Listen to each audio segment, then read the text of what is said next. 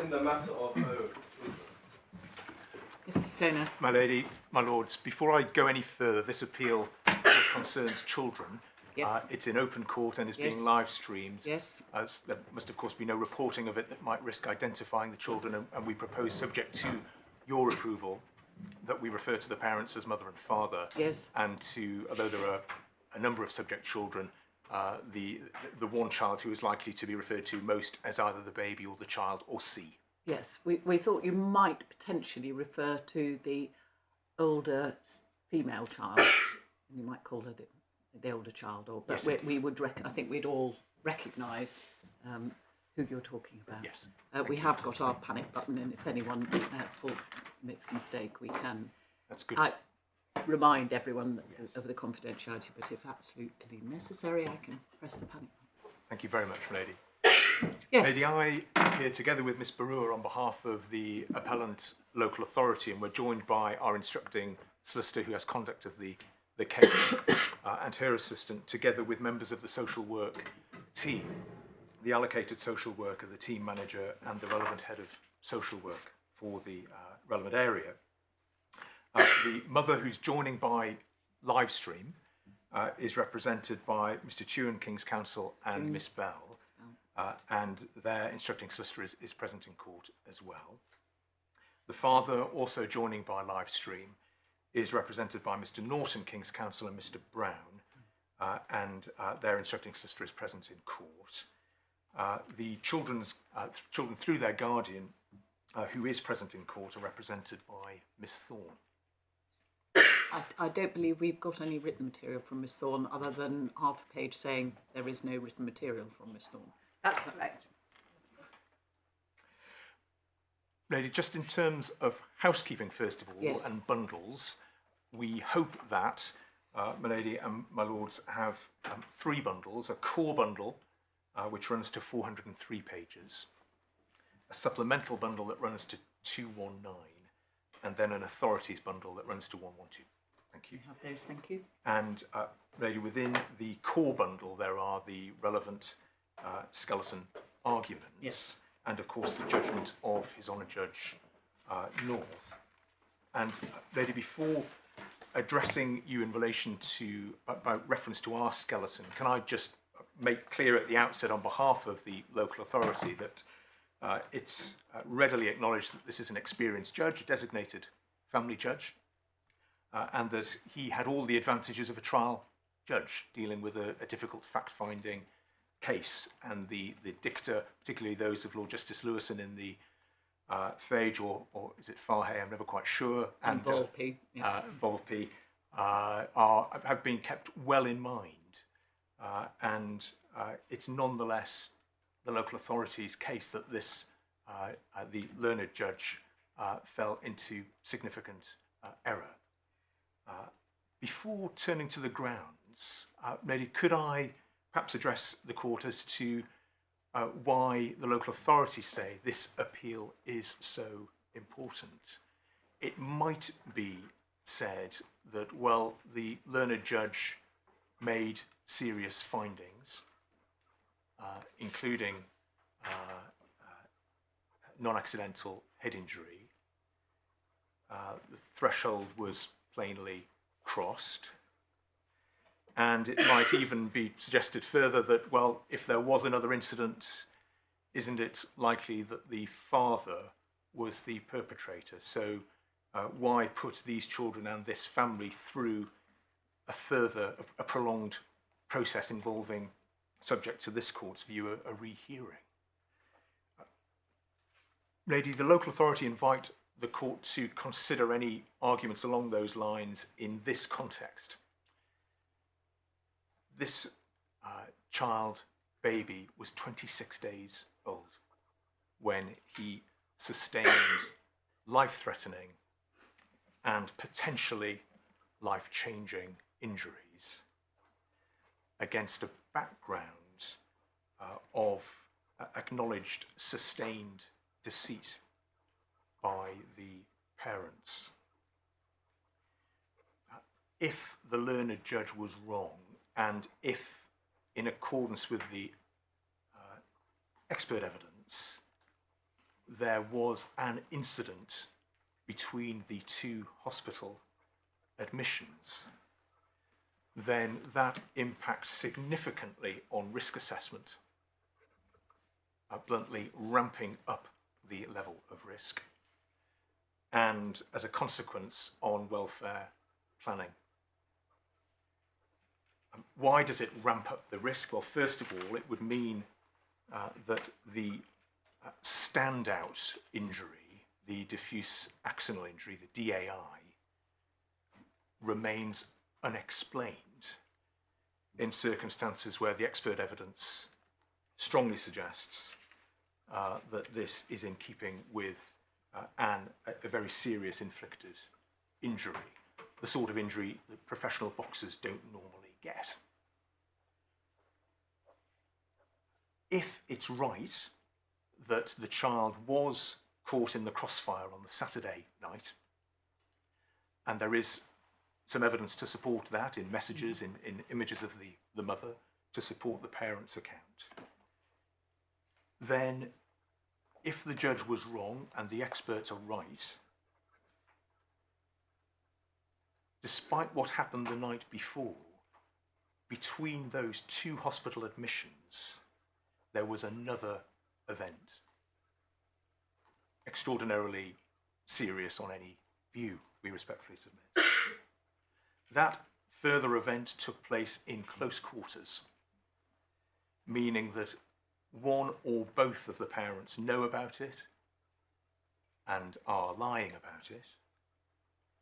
That also brings in issues of failure to protect, which are not simply bolt-on issues, but if something happened the night before, who was protecting the baby from something even more serious happening the early evening of the following day?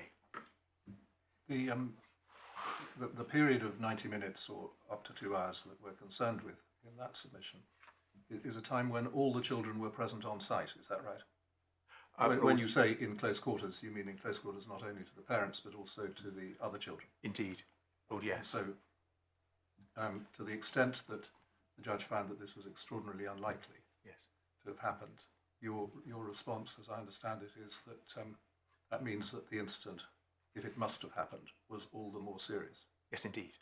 Oh, yes. Could you, while I've interrupted you, just confirm to us, without obviously giving any identifying details, yes, where the children are at the moment? Yes. Has the situation changed since the fact-finding judgment, or has it remained as it was?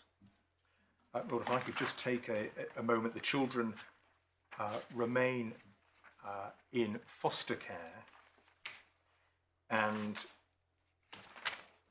in our replacement skeleton, it's for bundle 33, paragraph 23. It may be easier, my lord, to take you there to avoid any risk of Yes. identification. Yes, I see. Sorry, there's an update. Okay. Sorry, just let me... Paragraph? Paragraph 23, my lady.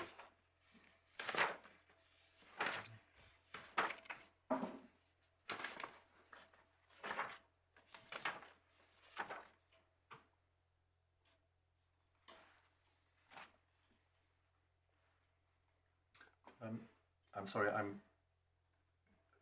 just going back in time. The events of November 2023 were followed by the children remaining with the parents, but under some form of oversight by other family members. That's right. My lord, yes. Then the phone was examined, and in April you started proceedings, and at that point interim care orders were made. That's right. April 2024. Yes. I had understood that the children were then removed into foster care. Yes. At that point, into one or more than one home. Lord, I'll check. My understanding is it was more than one home. But if I Right, could well, just... rather than take Yes. time about this now, could we just have a note, either during the course of the day or a convenient moment, Yes. just to say where each of the children has gone since the proceedings were issued? Absolutely. Lord, yes. Thank you.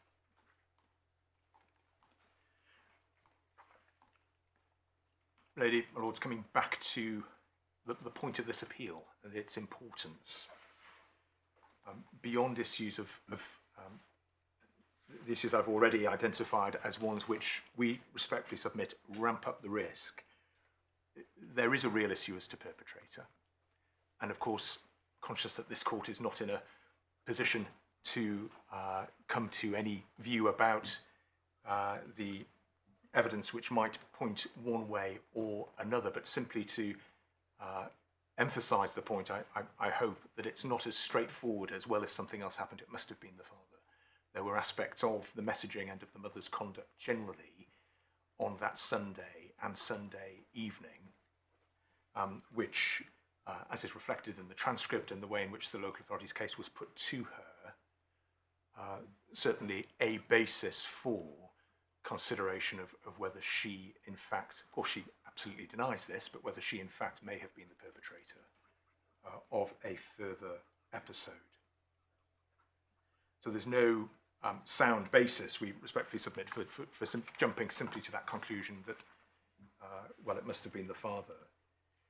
All of those matters relevant to risk assessment and therefore welfare evaluation, but beyond that, the obvious point, but that it cannot be right, we respectfully submit, for the baby and for his siblings to grow up with a false narrative as to how it was that he came to sustain those most serious injuries. The narrative at the moment is that they were sustained in the crossfire of a domestic abuse incident some 23 hours before the second admission to hospital, when the expert evidence said it's 30 minutes to an hour. And so, again, with respect to the learned judge, if he was wrong, and if, in fact, the correct finding was in accordance with the consensus expert opinion, then these children deserve to know that. Well, I think you'd, sorry, I think you'd also say that if the other children, the sentient children, the older children, had been there, yes, if the judge was wrong and something had happened in that period of time, those sentient children will be going through their childhood living a lie. Yes, indeed. Indeed, absolutely. Milady, unable to talk about what happened. Yes. And what they saw, perhaps saw. Yes, indeed. And Milady, with respect to that's a linked but separate issue to questions of whether pressure was put on the children, which is something that was part of the local authority's case. It's not part of this appeal. No, understood. But whether or not pressure was put, that they would be living a lie, as Milady says. Could I just ask you to clarify what you're asking us to do? It seems to me there are two possibilities. One is that you're asking this court to find that there must have been a second incident and to send it back for fact-finding on that basis. Another is that you're asking us simply to set aside the judge's judgment and send the whole thing back for fact-finding, including on the question of whether there was a second incident. Where do you stand on that? Well, candidly, the way in which the appeal has been presented, has been prepared, has been on the latter basis, that it should go back for a full rehearing, but with an early case management hearing before a new judge to be either the presiding judge, Mrs. Justice Arbuthnot, or someone nominated by her, and for the new trial judge to determine how this body of expert evidence should feed into the rehearing of the fact-finding. I have to say, my Lord, again, candidly, on reflecting since the application for permission to appeal was lodged, and given the primary argument that the local authority, the primary ground, we have found it difficult to contemplate circumstances where a judge could properly, of course the judge advises, the expert advises, judge decides, but in this case, where a judge could properly go against that expert evidence, which would favour the former rather than the latter. and Lady my Lords, conscious that we have presented the appeal in the sense of the latter, the preference would be the former for obvious reasons. But it's right. I trust that I acknowledge that we've presented it on the basis of the latter. Thank you very much. Thank you. Could I move on then to the first ground? Certainly. And before turning to page 33, core bundle 33, just to highlight on the previous page, if I may, core bundle 32, paragraph 18, where we set out there the consensus of expert medical opinion. And within that, highlighting the issues that relate to the DAI. And if I could just provide further reference for the court in terms of the nature of the shearing injury that a DAI involves. The evidence of Professor Stavaros in his report, which is Supplemental Bundle 117. And then I'll take the court briefly to part of his oral evidence. Thank you.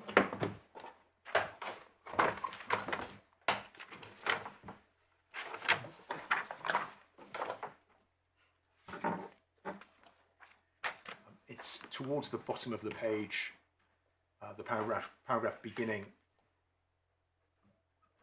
diffuse axonal injury, severe form of traumatic brain injury due to shearing forces. And earlier in his report, I won't dwell on it, but perhaps just to flag it for the court at 114.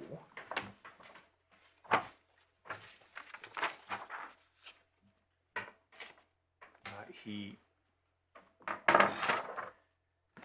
uses arrows to identify relevant features on the imagery. That was originally E78 in the bundle, and in Professor Stavaros's oral evidence, which is going back to the core bundle at 158.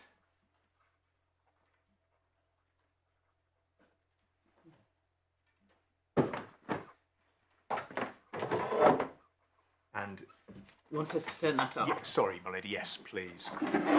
He's asked or refers to E78, those figures.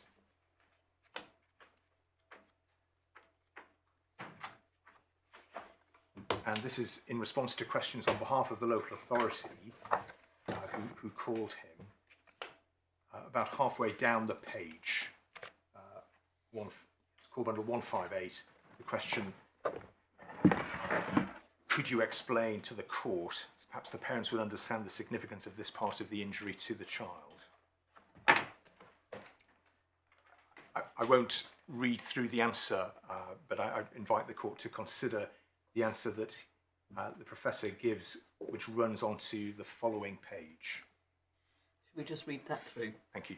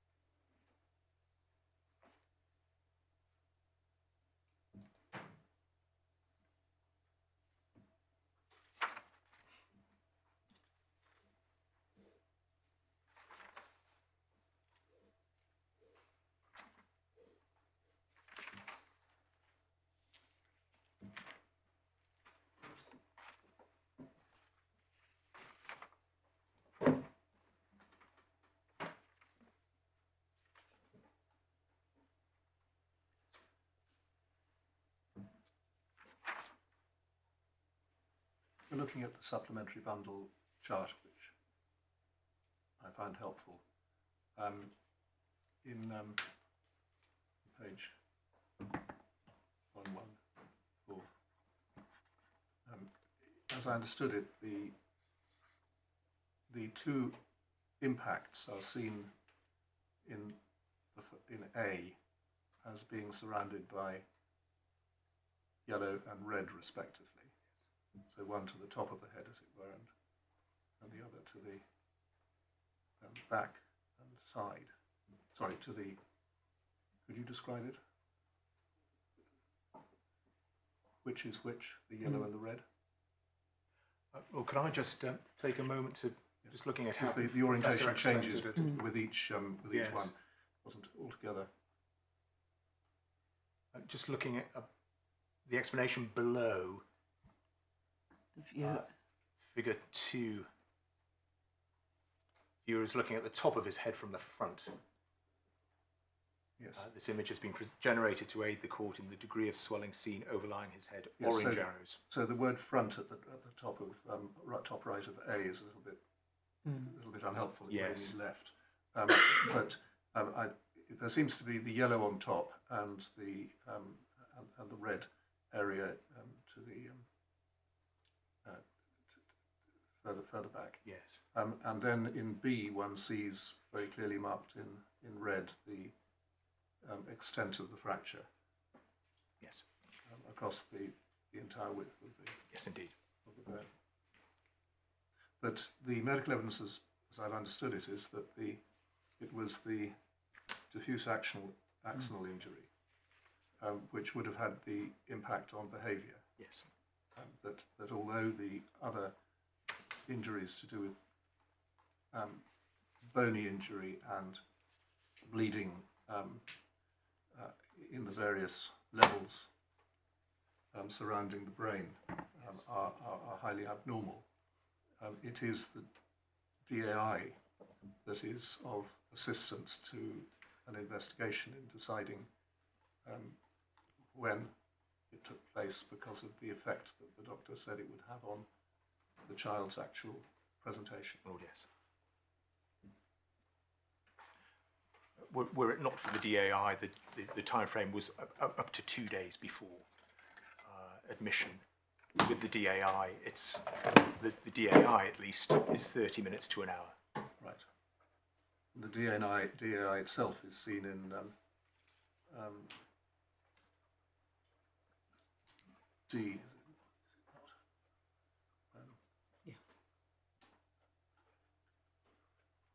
Yeah.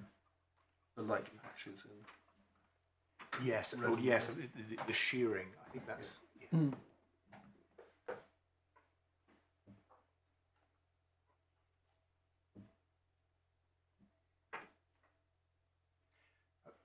Lord, just over the page at 115, the professor describes panel D, showing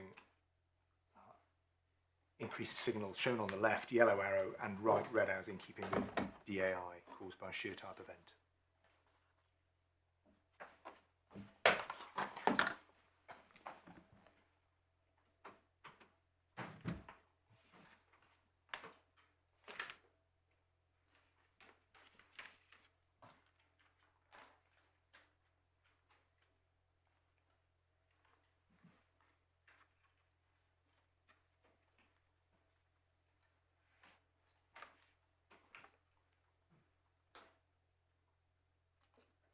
Just going back to the transcript, Mr. Yes. Stoner, towards the bottom, saying we look at E78, image label B, in that image the white dots or small lines highlighted by red and white, then corrects himself, and that's where the shearing. But do you think, does it actually mean D?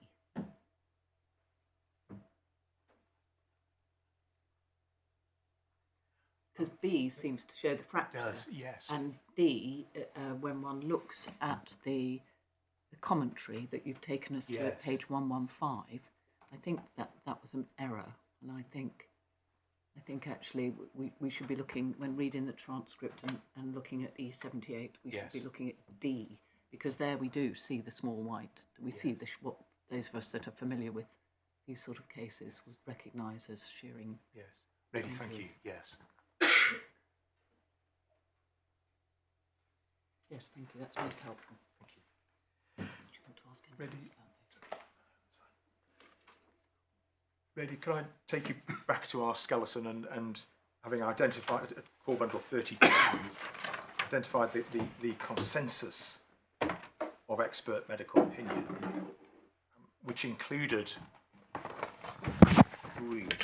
paragraph 18, 3, that the symptoms would have been obvious to a reasonable carer and medical professionals from very shortly after it was sustained. I could turn then to ground 1. We have taken some time in setting out the written evidence as it was before the court, before then going on to consider the oral evidence, which I'll, if I may, develop a little before turning to the way in which the learned judge approached the expert evidence. So beginning at the bottom of core bundle 33, some evidence from Professor Stavaros and then Mr. JMO, and of course on issues of likely presentation and then timing, the key evidence came from the neurosurgeon Mr. JMO and the paediatrician Dr. Rose. And Professor Stavaros did not disagree with them in any way, offered his own view, but was very clear at various stages that he ultimately deferred to them. If I could just highlight, and maybe even also I don't wish to take up the court's time unnecessarily by flagging references that are already there in our skeleton, but if I could just highlight at core bundle 34, just over halfway down the page, the part, this is part of Mr. JMo's evidence. The brain injury is substantial when seen clinically with how unwell this baby was, requiring ventilation with 4 episodes of cessation of breathing, blue coloration indicating poor breathing with altered cardiorespiratory status and conscious level, along with sluggishly reactive pupils. And maybe just pausing there on any view of the evidence, that presentation is dramatically different to how the child presented on first admission or at any time prior to the rush to hospital for the second admission.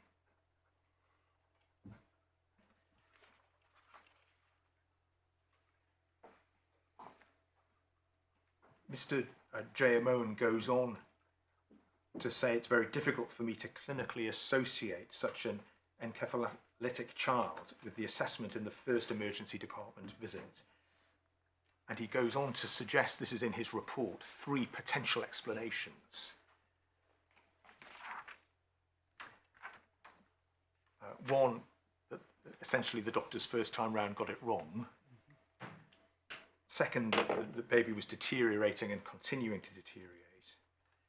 Or third, that the child had a significant injury between the 2 assessments, and that's the one, as is underlined, that Mr. JMO in his report was favouring. I hope it's convenient at this stage just to see how Mr. JMO developed those 3 points, first of all in the experts meeting and then in the oral evidence, because essentially point 2 falls away.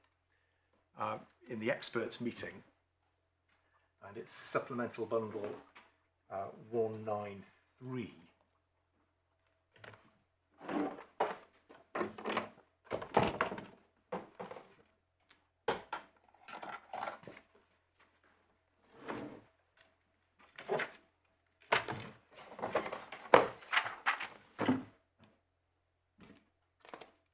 and it's lines 4 to 17.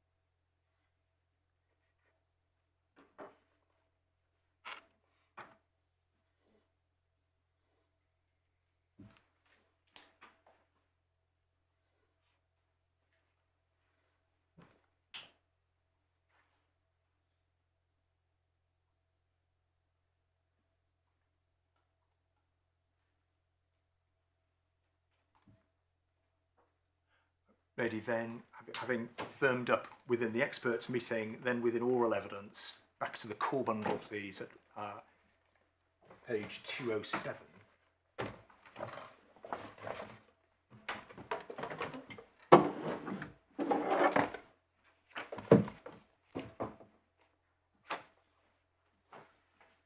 And it's lines 128 through to 139. And it's within this passage that Mr. J. Moen says that option 2 is not a realistic option.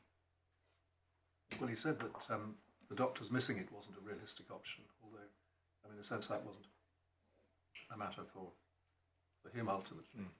But I suppose the point that you make is that it was open to the judge to find that the doctors had missed something, but there would have to be something in the evidence of Dr. M to show that that was a possibility at all. Yes. And of course it might be that if when Dr. M had been examined, it was shown that it was a totally incompetent examination. But having read the evidence of Dr. M, that isn't the flavour of the discussion at all. No. No. Okay, so that was the first Yes. possibility, and now you're taking us to the second possibility. Lord, it was really just to, at this point, in follow through how Mr. J. Moen himself picked up on those 3 options that he'd identified within his report.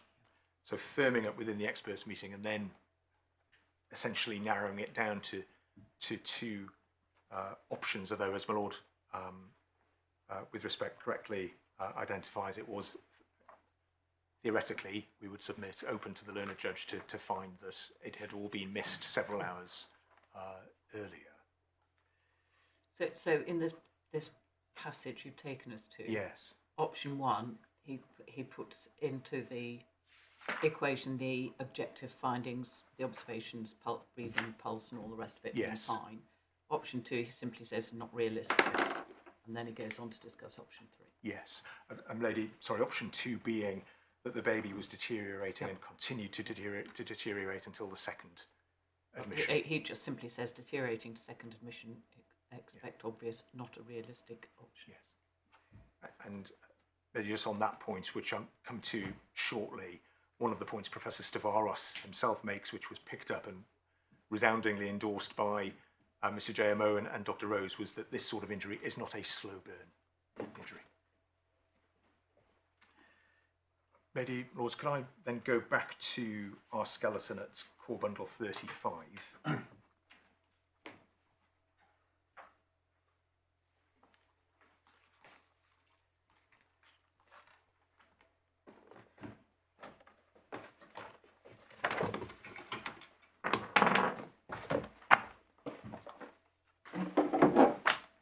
And staying with Mr. J. Moen's evidence, at the bottom of the page, it's my opinion that a carer present at the time would have clearly understood an injury had occurred. This point made as part of the consensus that it would have been obvious to the reasonable carer. And it's developed over the page in our skeleton with part underlined.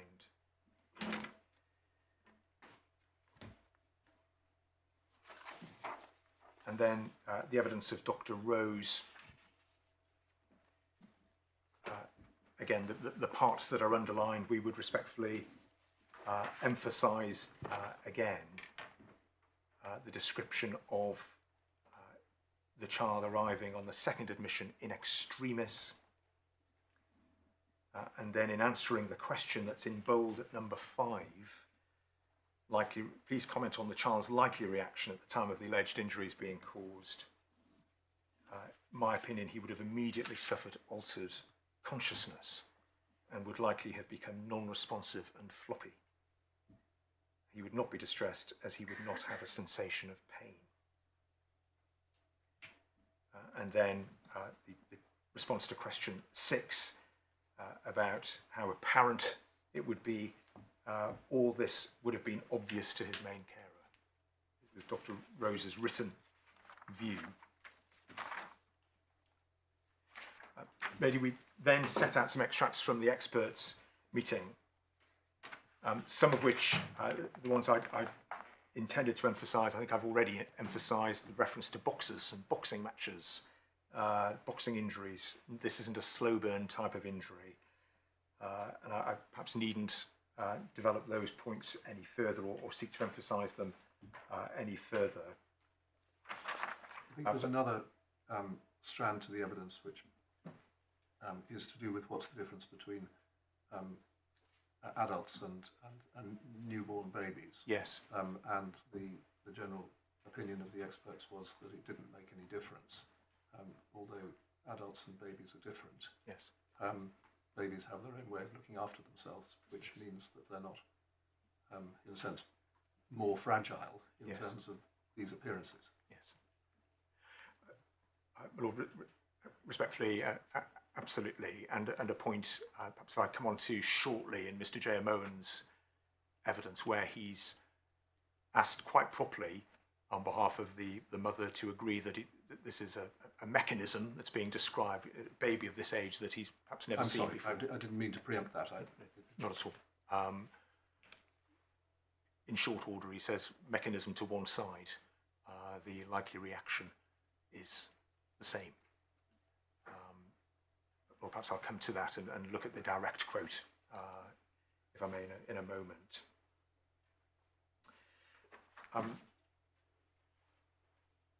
Lady Lords, could I then move on to the oral evidence? So point 30, page 38. And at paragraph 30, we identify those paragraphs where the learned judge summarises the evidence. And can I say, lady, with perhaps one or two relatively minor exceptions, there's no criticism of the way in which the learned judge summarises the evidence. And to add to the references that are there in the skeleton, at paragraph 80 of his judgment, ladies, sorry if I could just take a moment to check the page for that. It will be in the core bundle around about page 91. 94. Thank you very much.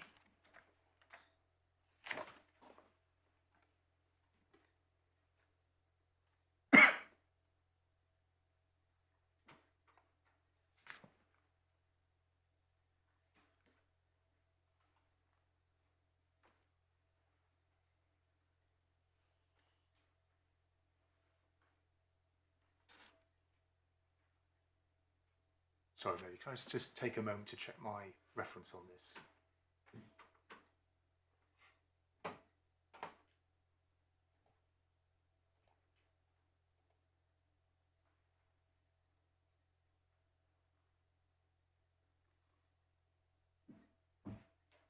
I'm sorry, could I in fact, that's part of his summary of Dr. Rose, but in general terms, earlier in his judgment, it's paragraph 20, which is core bundle 80.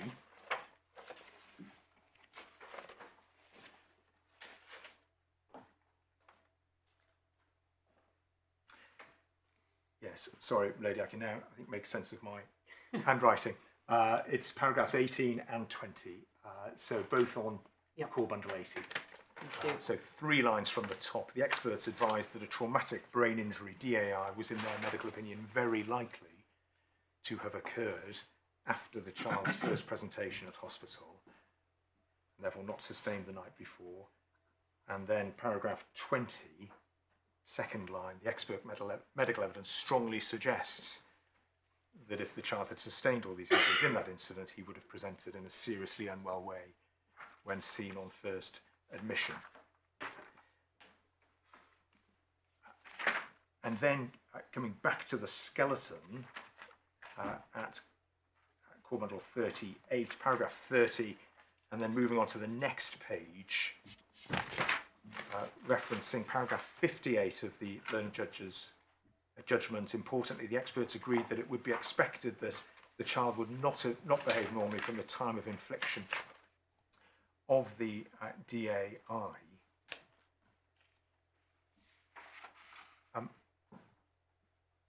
Professor Stavaros, the slow burn, perhaps that point already been may, but for my lady and my lord's note, it's core bundle 162.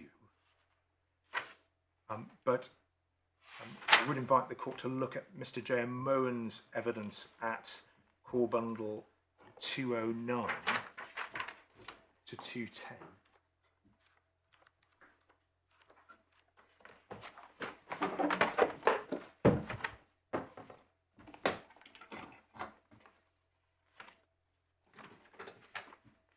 And at core bundle 209, it begins, it's questions on behalf of the mother at line 199. And in fact, this passage runs through to the following page at 240. Would you like us to read that? Yes, for ourselves? please. Thank you. So from 199. Yes, please.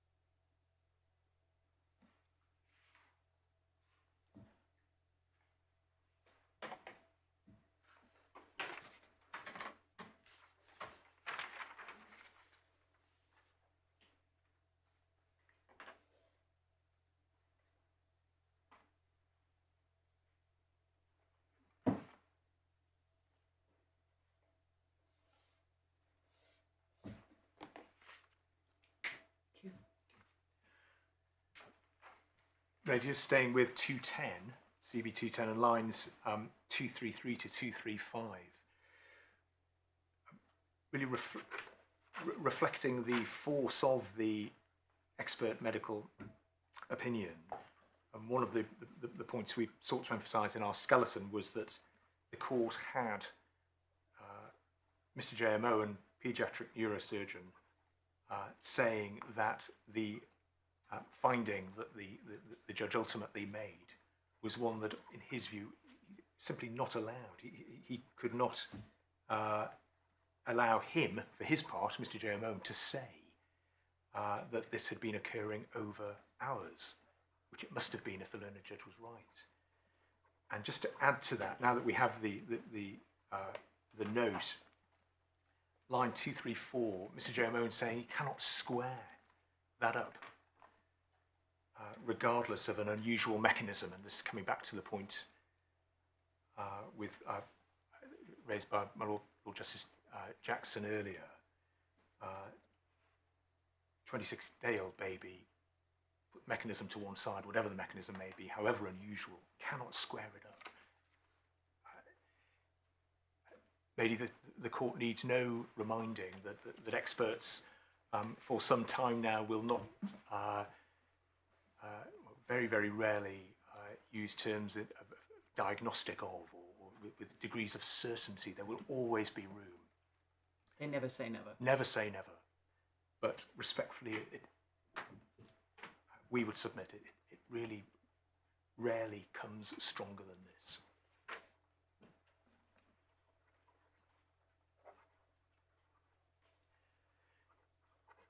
And Lady, in a similar vein, moving on to Dr. Rose's evidence, never say never, but implausible. There are two references to implausibility. The first is Core Bundle 228.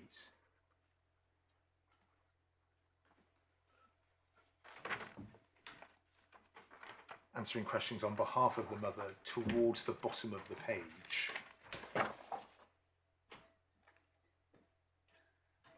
Just before those questions end.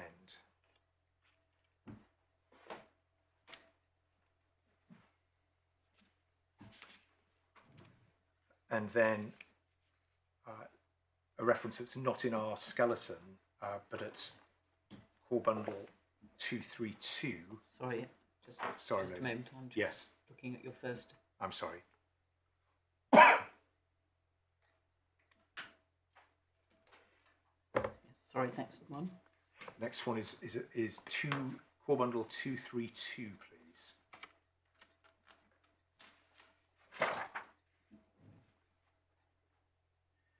Answering questions on behalf of the guardian, and towards the bottom of the page, the penultimate question, when looking at the injuries on the left-hand side, namely the scalp fracture and the DAI, Dr. Stavaros indicated to us that this was not a slow type burn of injury. It would not be something that came on slowly. Is that your experience as well? Yes, that is what I was trying to explain earlier as to why I felt it was that the injury on the 25th was not clinically a plausible explanation.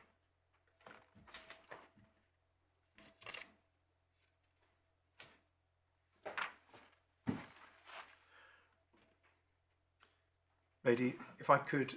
I think when we're considering degrees of probability and so forth, one can sometimes have a situation in which there are several, but let's say for the moment, two possibilities. In other words, this injury could have happened, you know, falling in the street, or it might have happened falling off one's bike or something. Yes. There are two possibilities, and it looks as if this is very much a bike injury. And so that's the advice. But in this case, the court was being asked to contemplate, when considering the probabilities, one course which the doctors were describing, namely an incident and then a steep effect on the child's behaviour. It wasn't being presented, as I understand it, with some other medical hypothesis, albeit a less likely hypothesis, namely it might have been one of these. In a sense, what the judge was having to weigh was between what the doctors said happens in these cases and unknown medical science. You know, there wasn't a competing explanation, which is that you get DAI and then 24 hours later you collapse. It was really either what the doctors were saying, or it was something that we don't understand. Yes. Lord, yes. And I raise that because, of course, the judge is entitled to say, I accept all the medical evidence, but I don't follow it because. I'm just trying to think what the judge would have had to say, if you're right, in order to explain why he was not following the evidence from a medical point of view. Yes. And I'm not quite sure what the answer to that would have been. And Lord, respectfully, perhaps returning to Lord Justice Mails's question earlier about if there is to be a rehearing, the nature of it, we candidly struggle to contemplate how any judge could reject expert evidence of this force.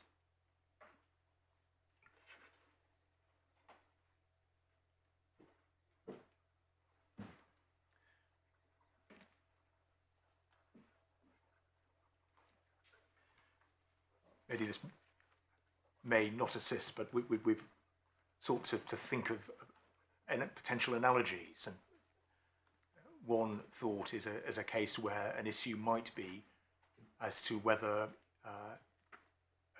a fractured wrist, say, whether the fracture was real or not. And the expert medical evidence from a radiologist saying to the court, well, the X-ray says it's a fracture. Could never possibly rule out that the X-ray might be wrong, but it's an X-ray, and we generally rely on it, and it's that level of certainty or high probability that's akin to the evidence that was being given here, albeit about likely response to a particular type of brain injury. Lady, if I could then invite the court to look at core bundle 39, and where we consider the way in which the learned judge approached the expert evidence.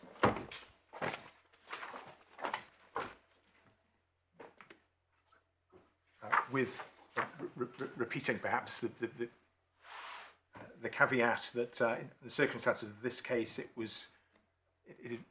is respectfully very difficult to contemplate how any judge could reject it, but there would need to be cogent reasons, and we highlight first of all that the evidence as to timing and presentation relating to DAI is highly specialised. The court had the benefit here of eminent experts in their fields. The learned judge readily acknowledges that, expresses his thanks to each of them. We see that in the transcripts and in his judgment, but he nonetheless rejects their core message. His rejection, just going over the page, we describe respectfully as full-blown, up to 23 hours before.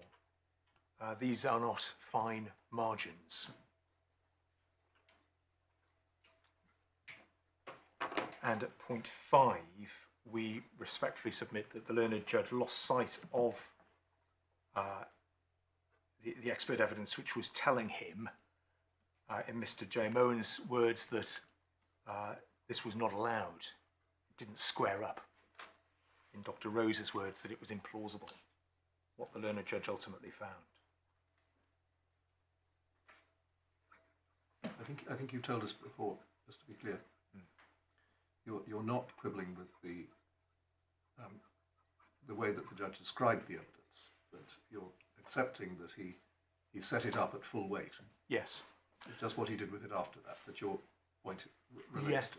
Lord, yes, perhaps with one, which doesn't affect the core point, but when we come on to look at the way in which the learned judge dealt with the first admission, and there's a reference in his judgment, which I'll come to shortly, where he is referring to evidence that Dr. Rose gave about the objective observations as being non-contributory. And that will take just a few moments, I hope, to address the court in relation to that. And we say that the learned judge in that regard was not accurate in the way in which, and perhaps not, in fairness to the learned judge, helped by the way in which that evidence was given with respect to Dr. Rose. But the core message was amply reflected in the learned judge's summary, but he simply didn't follow it, and with respect to him, lost sight of it. Lady, my Lords, essentially at point 6a, referring to the case of VS and those different facts, but my Lord Justice Jackson's judgment within that case perhaps needn't take the court to the authorities bundle, but it's at page 11 of the I'm sorry, can I just check that, in fact? 111 of the authorities bundle, paragraph 16, where in the circumstances of that case, and we respectfully submit in a similar way here, there was a loss of focus on the core message of the expert evidence.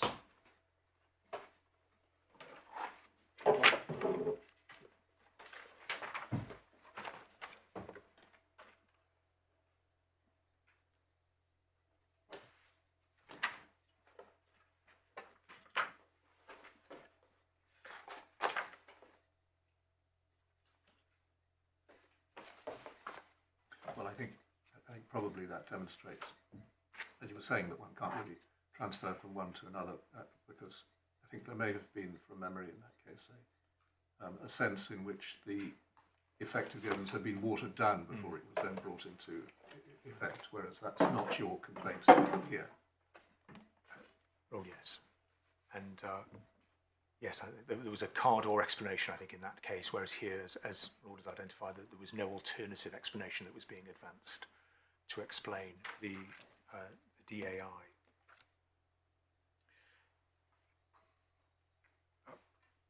Lady, my lords, I'm just going to the bottom of core bundle 40.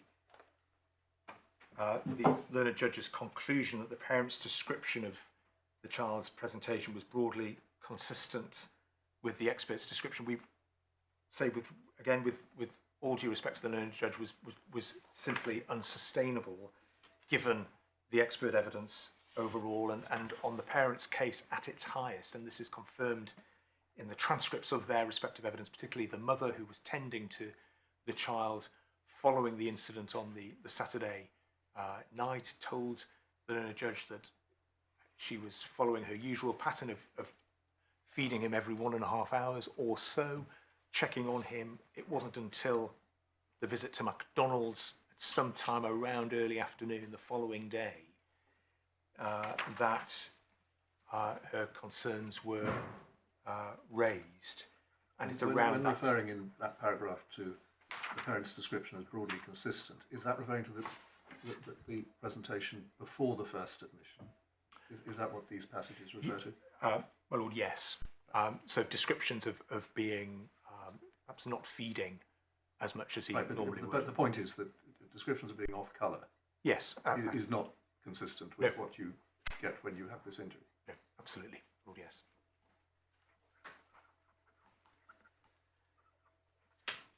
Point C on the next page. We've already emphasised that part of the consensus expert medical opinion here was that these symptoms, this presentation would have been obvious. At no point did the learned judge step back and question how these very experienced parents missed these obvious symptoms for so long, if they were in fact there.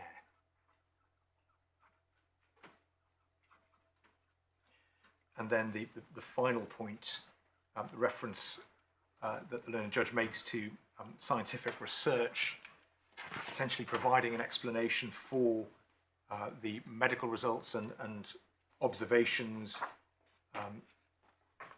There was no medical controversy here, and we respectfully submit that this amounts to unnecessary and unwarranted speculation on the part of the learned judge. Plainly, there will be cases where, and in every case, the unknown needs to be does that sort of hark back to that quote, which is on the tip of my tongue, but I can't quite get, that today's mystery is tomorrow's certainty, or the science. I Yes. think it was Baroness Hale, didn't she describe it? Yes. Saying that, and it when I read the judgment, it felt like that was sort of an attempt to draw that in as a possibility, that you never know what's going to be thrown up by scientific endeavour and in the future. But you can turn it the other way around and say that what the judge is saying effectively acknowledges that his conclusion is not consistent with current medical knowledge. Yes. And Lord, there will be cases where, and there are many cases where, of course, the limits of medical knowledge need to be considered carefully and may weigh heavily in the balance. Cases that involve unusual medical findings, where there is the experts come to the court and acknowledge that there is much yet to learn, much we don't yet know. But this was not one of those cases. So, quite properly, never say never. The future may always shed light in ways that we can't possibly understand at the moment. But this was not one of those cases where that point deserved the weight that the learned judge. None of the experts said that this was an unusual not case. No. It was mainstream medical science. Lord, yes.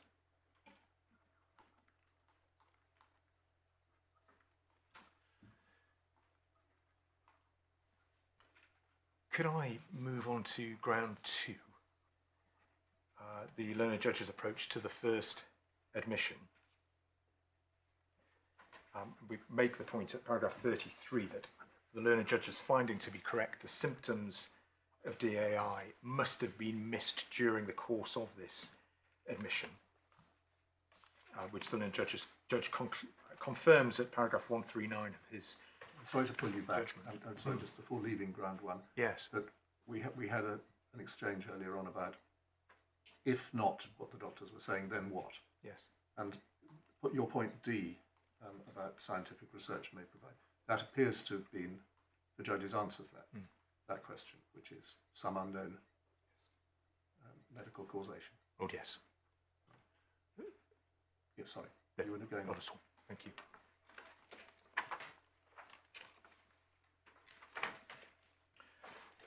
You're taking us to the judge's judgment, paragraph?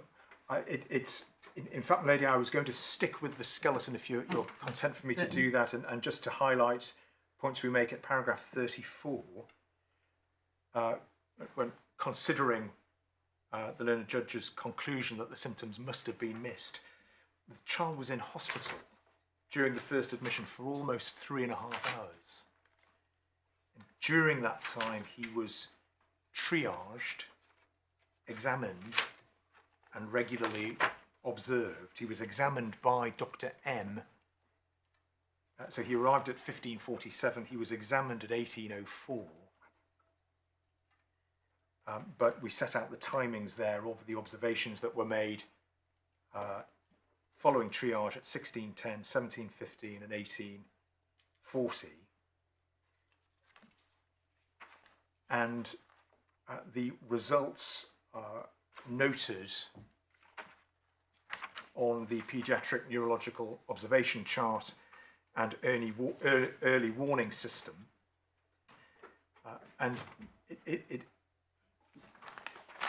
lady, just to clarify, it's a point that we make in the footnotes, and it may not be obviously clear from the learned judge's judgment, but those observations weren't available at the time that the experts gave their evidence. At the time they gave their evidence, they had some limited information in terms of records following the first, that related to the first admission. They didn't have those observations. Right. Despite that, their views were as we've already considered. But the following the conclusion of the expert evidence, the observational records, which are in the supplemental bundle, the early pages, lady. So in fact, looking at the supplemental bundle at page 3,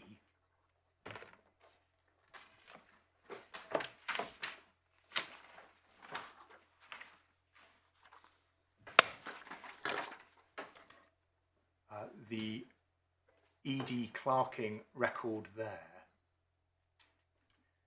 which runs on with some blank pages to page 8, that was available for the experts.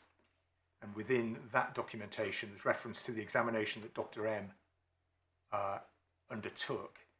And at page 5, the observations that were made when Dr. M examined the child,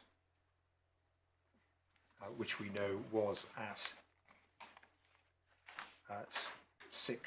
18:04, and then beginning at supplemental 9 and running through to 13, there are the charts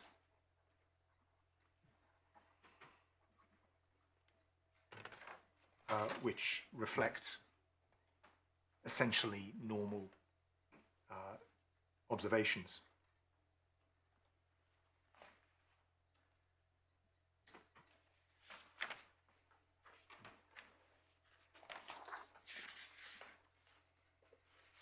these are, the results are filled in at the point of each of the three nursing assessments, is that right? Lord, yes. So looking, for example, at well, page 9, the Glasgow Coma scale, eyes open, spontaneous. Yes. So we see the times at the top of and each the times of the at the three top, yes, columns. and that's where we take the times 1610, 1715 and 1840.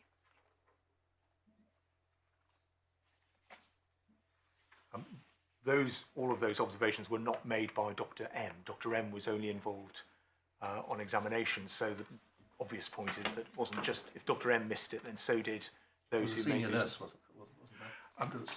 Wasn't there a discussion between the doctor and the senior nurse before the discharge? That's right, Lord, yes. It's in the supplemental bundle at page 7. Senior doctor stroke consultant reviewed discussion with nurse in charge in terms of safeguarding.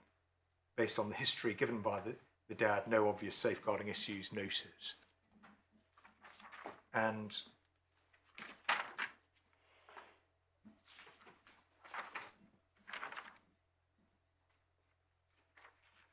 well, perhaps by way of reassuring evidence for the court that that Dr. M was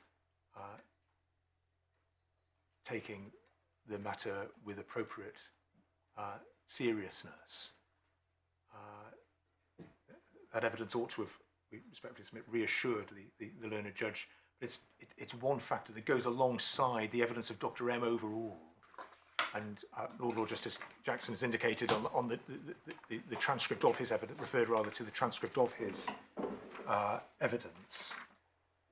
And I can, if needs be, take the court to certain parts of his evidence in support of a submission which is essentially that on the face of the transcript, this is a conscientious doctor who was following protocols, who was very aware of the steps that needed to be taken, who described the process very clearly, where a child comes in, is triaged, and if there are red flags on triage or at any time after that, then the nursing staff will alert the doctor. But here, none of that happened, which is why he did not get to see the child until several hours after the child had actually arrived at hospital. Perhaps simply to flag up, if I may, Core Bundle 196 as a reference to the process that would be followed. But lady, unless I don't propose to take you to that unless you'd wish me to do so.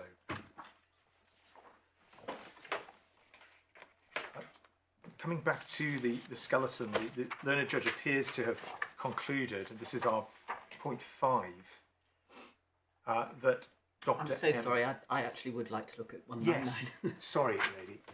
So it's Core Bundle 196. In fact, could we begin at 177, which is answering questions from the local authority?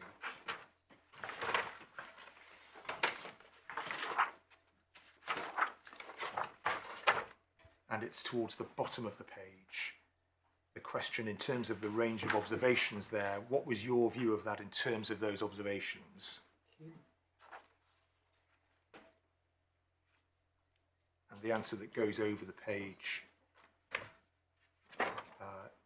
about a quarter of the way down, to my recollection, is like the examination. I felt the baby's normal at the time of examination.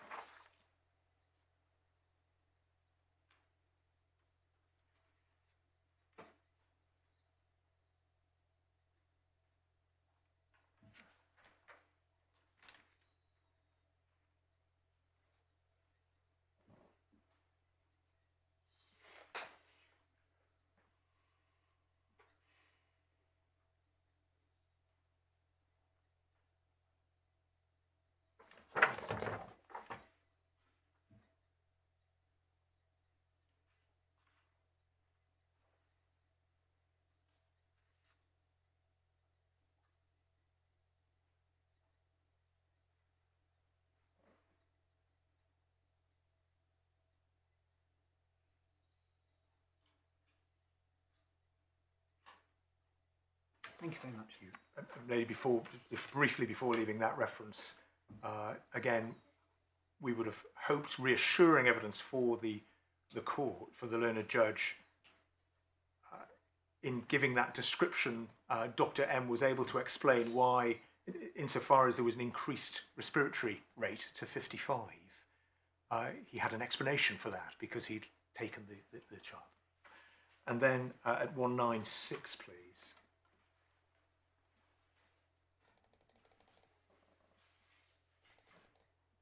Yes, thank you. And it's halfway down the page. I cannot tell you a 100% specific answer for this. I'm sorry, the question, maybe I won't read it out, but the question is above, and then the answer that the doctor gives about process.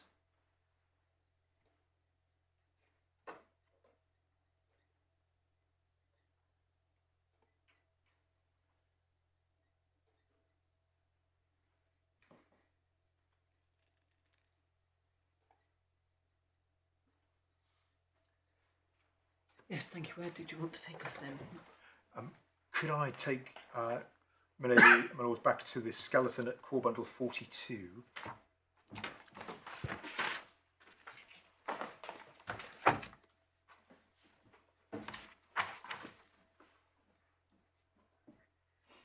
And it appears that the learned judge reached the conclusion that Dr. M had missed signs of DAI based on the evidence given by other treating doctors involved in the second admission about how physical signs of head injury might be missed. And we highlight the relevant paragraphs there. And respectfully, entirely irrelevant to missing the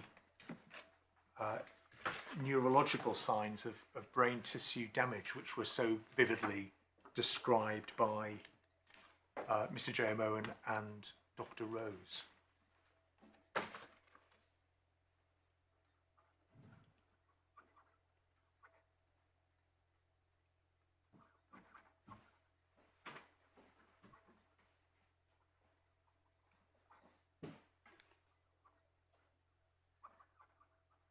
Just before leaving this point, at core bundle 86, please, within the judgment at paragraph 45,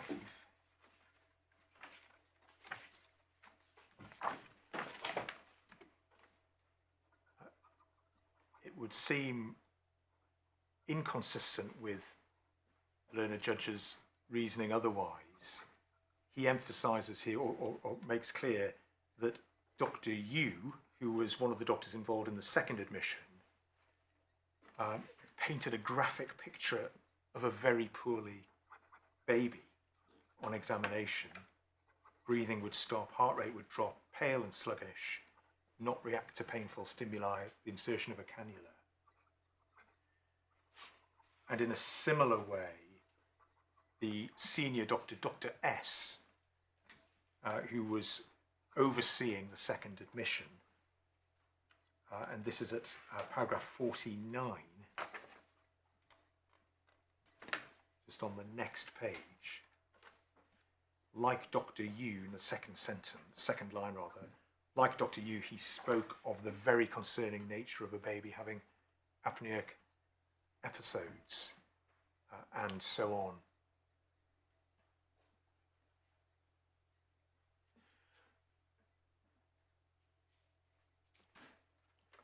Lady Rose, before leaving ground 2, could I hope it's convenient for me at this stage to respond to a point that's made within the skeleton on behalf of the father, and that's made at C67.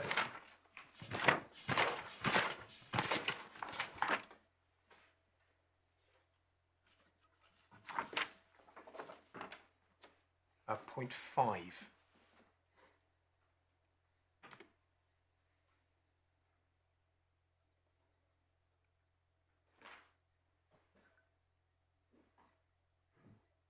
This is your non-contributory. It is, maybe yes. Help us with that.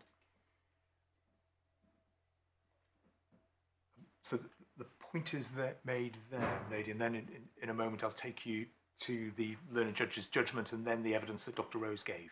Thank you. So the judgment is in the core bundle at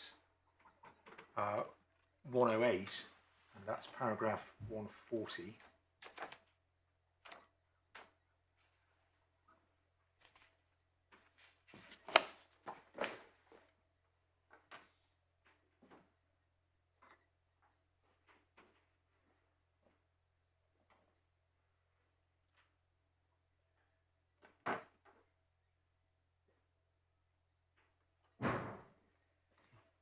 And it's the middle part. When asked about the medical recordings taken at first presentation, fitted with a child who sustained DAI, he advised that these results were non-contributory. According to the submission made by counsel for the father, that the paediatrician attached less significance to those pathological measurements has some force to it. Lady, I must confess, I struggle to understand the point about non-contributory. And again, in fairness to the learned judge, when we look at Dr. Rose's evidence, which is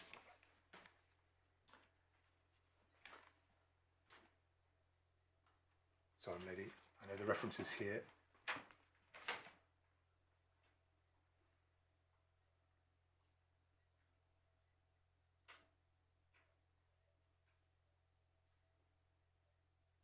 Sorry, lady, can I just take a moment to check that? Of course. Should again make it clear this is my writing, not Miss Barua's.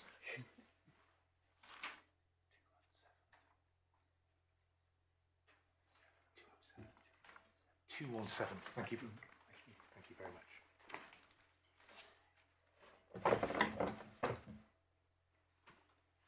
Core 217. Oh, right, yes, I have it, thank you. Thank you, lady. Yes.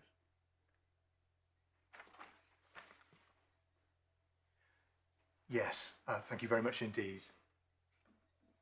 So this is answering questions on behalf of the local authority who called Dr. Rose.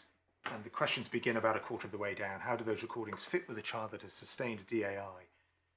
Maybe perhaps if I can leave it to Lady and Lords to read to about 3/4 of the way down the page.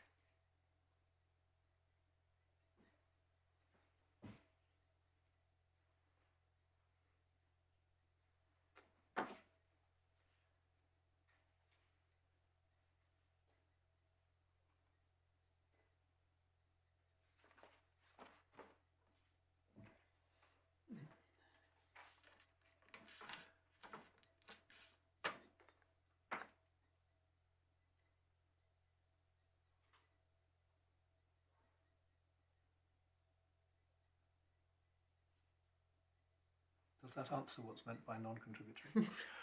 Lord, no, respectfully. Which, and again, in fairness to the learned judge, Dr. Rose himself, the point I wish to emphasise is that it's just over halfway down the page. He the lost reason his I'm way, waffling, didn't he? He's waffling. He'd really lost his way. Yes. Which can happen. Yes, absolutely. Even with the most experts. Indeed. But in acknowledging that he was waffling, he confirmed his opinion that the child would not have sustained the head injury at this admission, but had at the next. So making every allowance for, again, with respect to the learned judge, for the way in which that evidence came across, the conclusion and the weight that's attached to that evidence simply doesn't stack up. Well, and the judge himself said, I'm prepared to accept it doesn't sit comfortably with the more general expectations. Yes. He says himself in his judgment.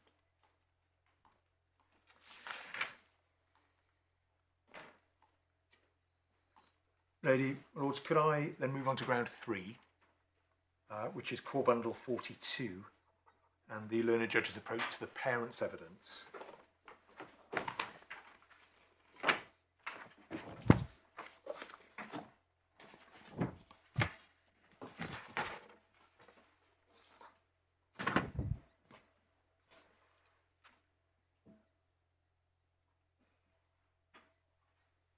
And we emphasise orally the point we make at paragraph 35, that of course in circumstances where on all the evidence the mother has been a victim of domestic abuse for a period of a significant number of years, then the ways in which that might have impacted on her and her ability to speak freely, there is a real need for caution. And despite that,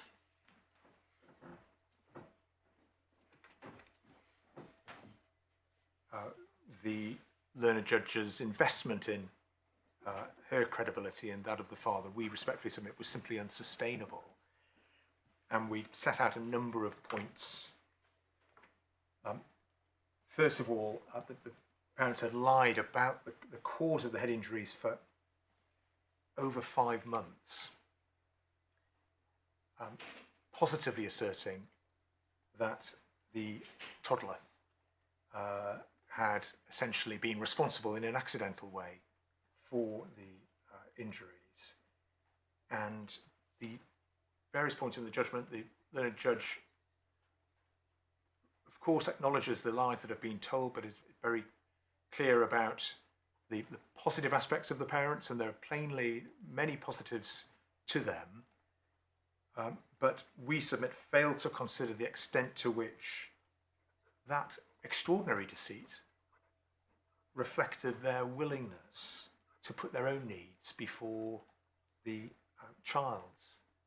That includes the evening of the 26th of November, when the child was in a critical state, and the mother gave evidence to the court about how she, for the second admission, was travelling to hospital with the older female child,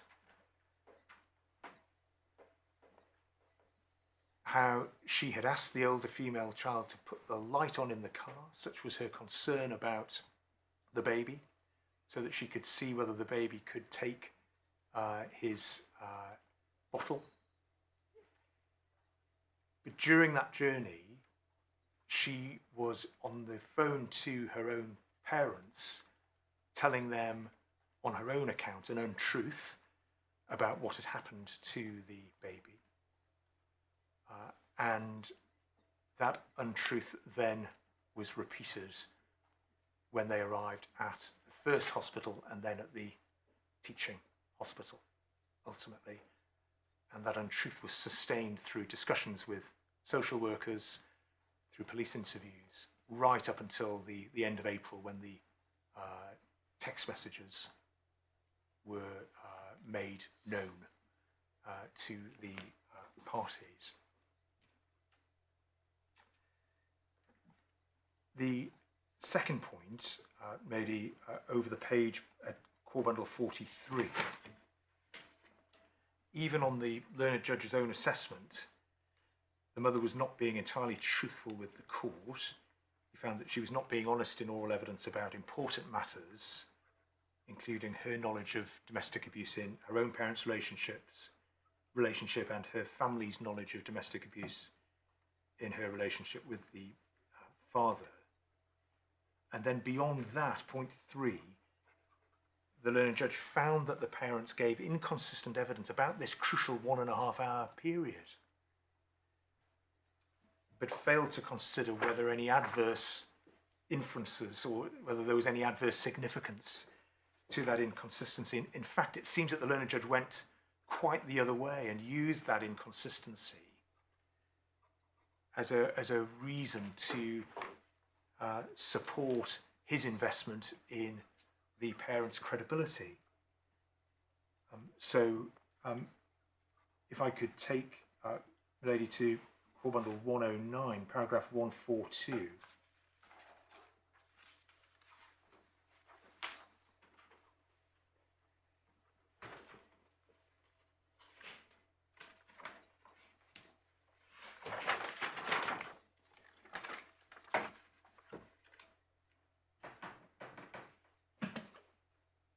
and it's the first half of that paragraph.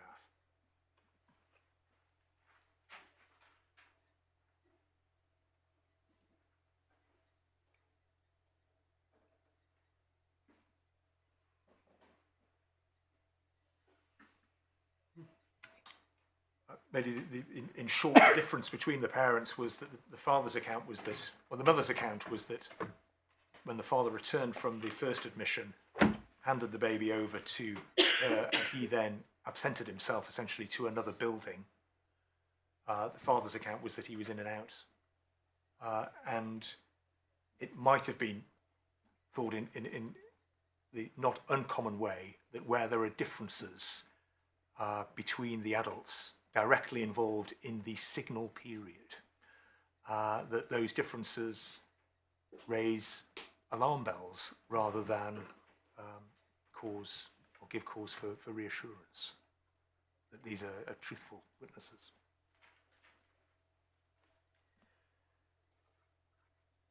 Point 4, lady, that when considering the period between the 2 hospital admissions, the learned judge considered it vanishingly unlikely that the child had been caught up in another incident of domestic abuse, inherently improbable that a loving mother or father could have inflicted. Sorry, I'm sorry again, but just the point that fell out of 142, when the judge said at line 6, I do not consider the time that the baby spent in the home with the parents after the first discharge as an assistance to me in my determination of the allegations.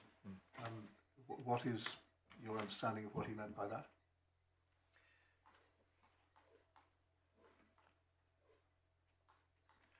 Lord, I'm struggling.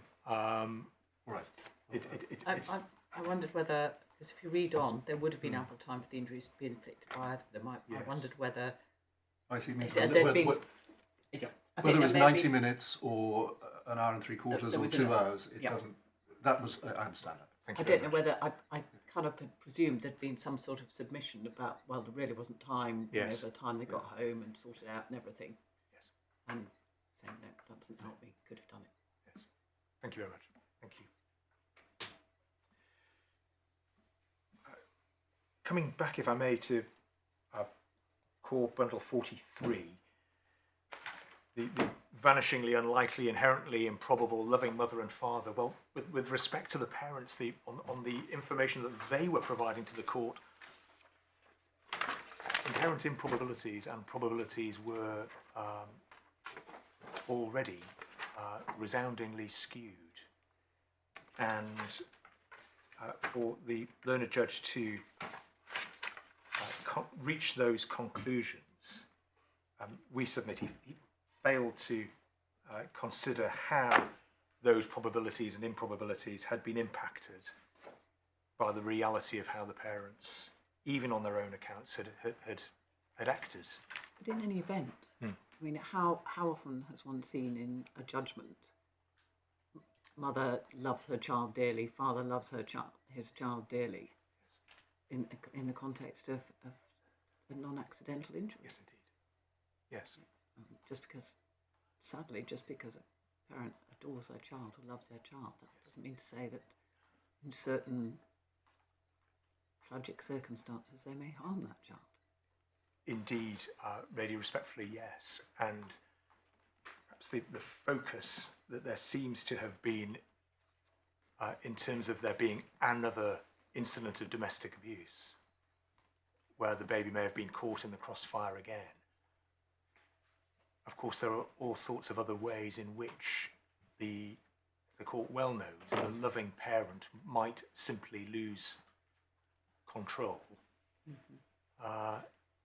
and serious injuries result. I think from the evidence given by the mother, certainly, and it may be by both parents, I can't remember, the account given was that there was, to put it neutrally, disharmony between the parents on the father's return from hospital, and the mother, I think, described herself as being angry. Yes. That is what the transcript shows, isn't it? That's right, Lord, yes. So it isn't, in a sense, The judge was not being asked to consider a situation where simply somebody had come back from the supermarket and life was normal. No. This was a situation in which the child had been to hospital once, and the mother was, for the given reason, was that the father had lied. Yes. I don't understand why that should have caused the mother anger, but the judge was obviously aware of this evidence. So that is also another feature, is it not, of the overall picture? Very much so, Lord. Yes. Or perhaps in terms of references to the transcript where the mother describes her mood on the father's return. I wonder if I could finish my submissions in due course and then provide those references, if I may. I have them, but I know it will take me a few moments just to pick them out. No, do them. Thank you very much. Take your own time. Thank you. But it would be helpful, I think, to have them in due course. Yes. My lords, the final two grounds I trust can be addressed more briefly. The approach to wide canvas. The learned judge at Core Bundle 106, paragraph 134,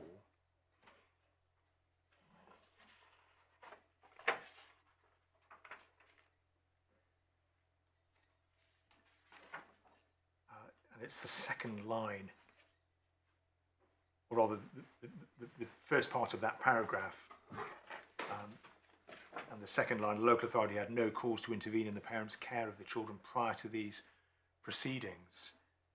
But lady, what emerged during the course of the proceedings was that there had in fact been sustained domestic abuse for years. Well, I don't think I can ignore the social background and contextual circumstances. But I don't see then in that paragraph any reference to the fact that this was a household where domestic abuse been a pattern or a part of life, and like drink probably played a part as well. Yes, and maybe the transcripts of the parents' evidence reflects other difficulties, and I don't mean in any way to seem to blame either of them for those difficulties, but there were a number of struggles within the family that simply don't feature, whether it's mental health, alcohol, that don't feature in the judgment, and nor does this prolonged, sustained history of domestic. It wasn't just omission, as it were. The paragraph you've taken us to, the judge calls this the background before the admissions, as it were, to the parents' aid. Yes. Yes.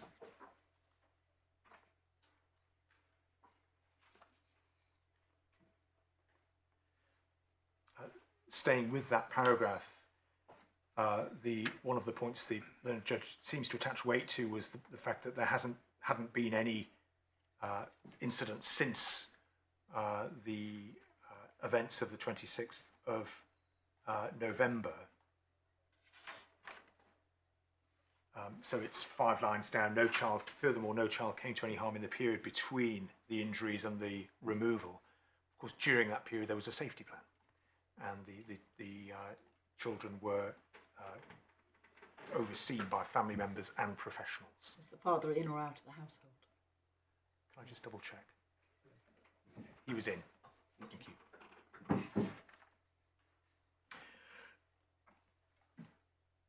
Going back, if I may, to Core Bundle 44 and our final ground, which is essentially a catch-all with respect to the learned judge, that he lost sight of the realities of the case and where the evidence was taking him, and that in respect of each aspect of the evidence, experts, treating doctors, parents, wide canvas, the evidence was stretched beyond its tolerance, leading to the findings that were ultimately made. Lady, may I just take a moment? Yes, of course. Lady, unless there's anything further at this stage. Could you just speak to the messages Yes. and what they did and didn't help the judge to understand about the situation? Clearly, the mother's message, and in particular one message, as I understand it, enabled the judge to feel on firm ground in accepting the parents' confession that there had been an incident the night before. Yes. And that's not part of your appeal. You're not saying that there was one incident between the two hospital admissions. You're prepared to accept the judge's findings that there was an incident the night before. Yes. So,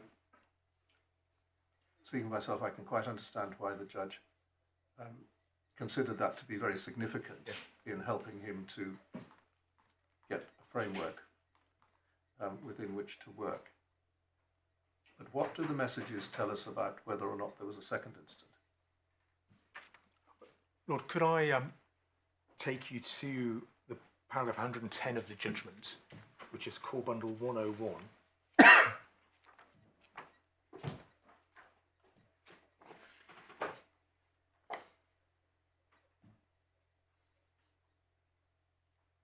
This is where the learned judge first references the judgment, the messages rather, and draws attention to the message at 11:55. That's on the Sunday morning.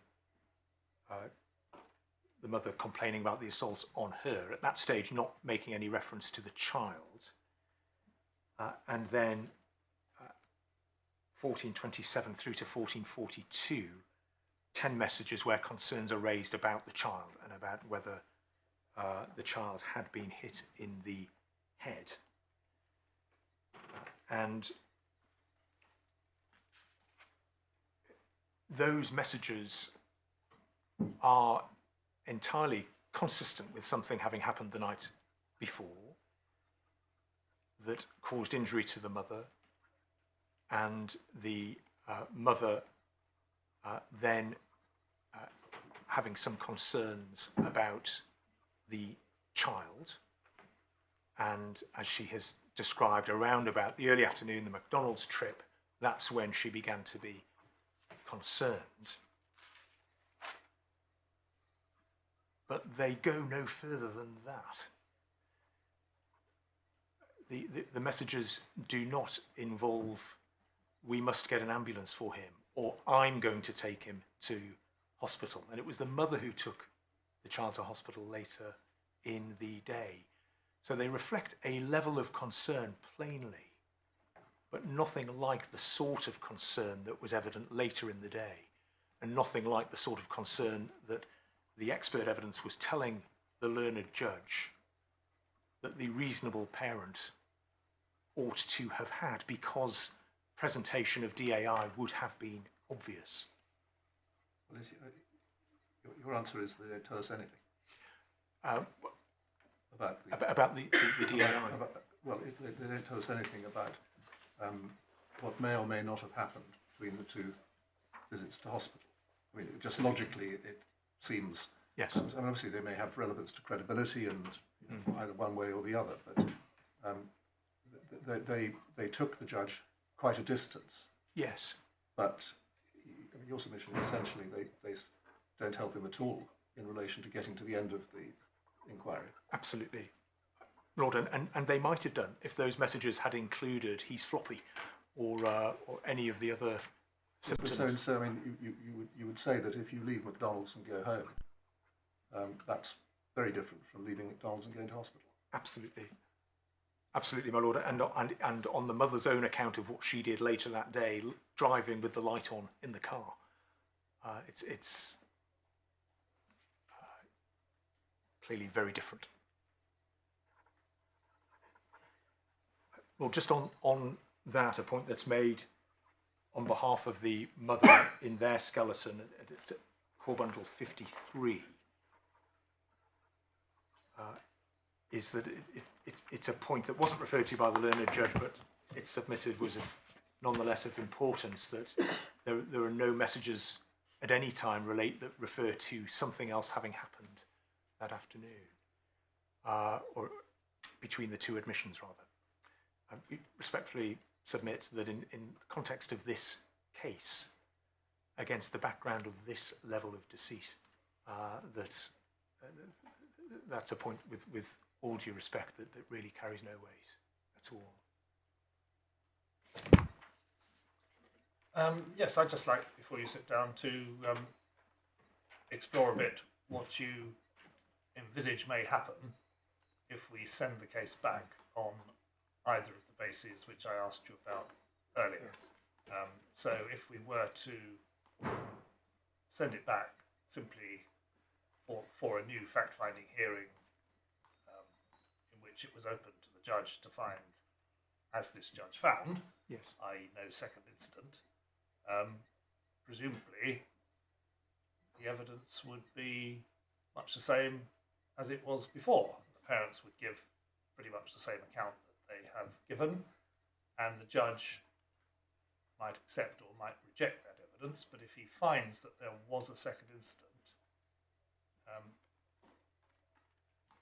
is the judge or a new judge going to be any further forward in identifying who was the perpetrator, or whether either of the parents could safely be excluded as the perpetrator?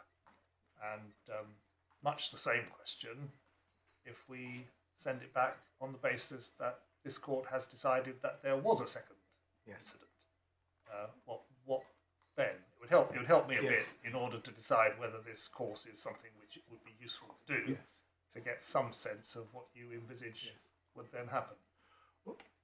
Well, the local authority would revert to the findings that it was inviting the court to make first time around, that in respect of the second episode, or the episode that led to the DAI, that was an inflicted injury caused by the mother or mother or father, and that if the perpetrator can be identified, then the court will be invited to consider issues of failure to protect. With respect to the parents, on the evidence as it stands, you're not in a position, are you, to say, well, it must have been one of them and not the other? No, Lord, unfortunately not. Perpetrator, as the local authority sees it, is a live issue, and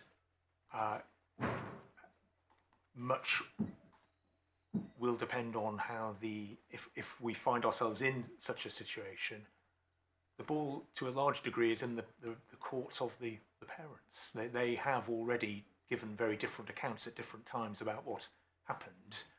It is still open to them to provide an honest account of what happened, but ultimately it will be for the new trial judge to decide on the balance of probabilities whether the perpetrator can be identified, and if not, whether there is a real possibility that it was the mother or the father.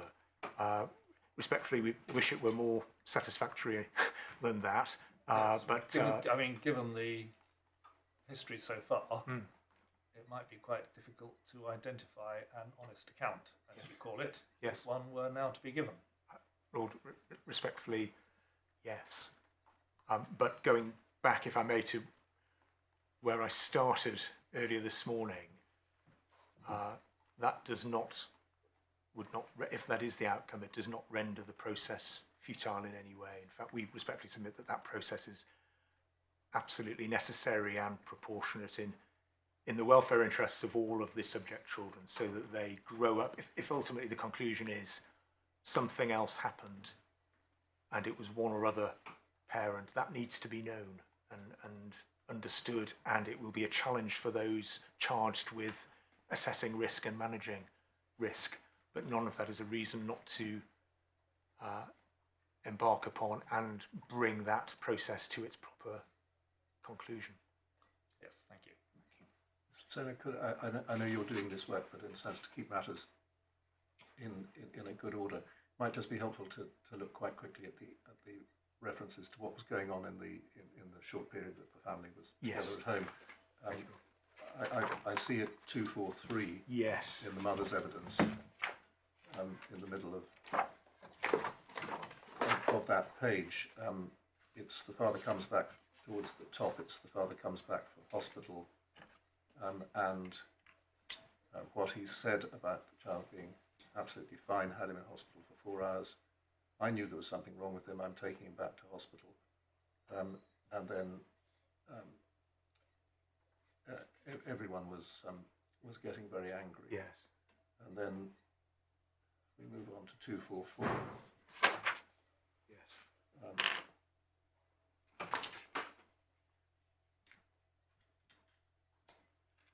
Lord, sorry, I don't wish to interrupt. Yes, I'm sorry, no, I'm just catching up with the note.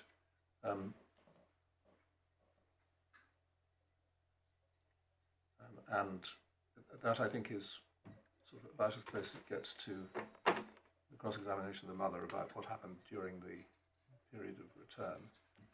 Lord, this is the examination. Examination in chief, yes. and on 244, about halfway down, after the question, more than likely it could have been before. I remember getting really angry with him and screaming and shouting. And then, Lord, just on the transcript, the point about the driving to the car with the lights on, that's at 245, first of all, about a quarter of the way down the page, telling the older child to turn the back lights on, trying to put a dummy in his mouth. That's also revisited in questions from the guardian at 344.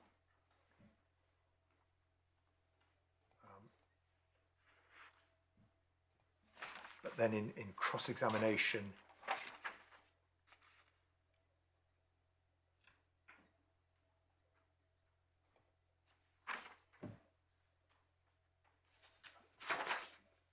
Lord, I hope it's at 337. So just before we leave the mother's evidence, her evidence then is that she got really angry and was shouting and screaming because the father had given the account about one of the children kicking the baby's head, and she then, despite being very angry about that, gives the same account to the hospital. Yes.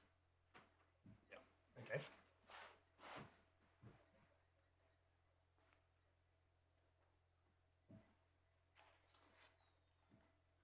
Yes, I think that is picked up at 347. I can't easily link it to who's asking the questions, but clearly by now the mother was giving evidence all day. Yes. So yes, my Lord, 347 towards the bottom. Towards the bottom, and then over, take up my Lord's point at the top of the following page. Yes. I mean, it obviously we're not. This is island hopping, but provided we keep that in mind, yes. The point that would seem to arise is, what did the judge find out about what the consequence of the anger was? Why should the mother have been angry in this way? Does it, put it bluntly, make sense? Or is there some other explanation that lies behind it? Yes. And Lord, just for completeness, if I may, at 341, where the case was put by by Miss Brewer to the mother at the top of the page, that something else happened while the father was in the other building.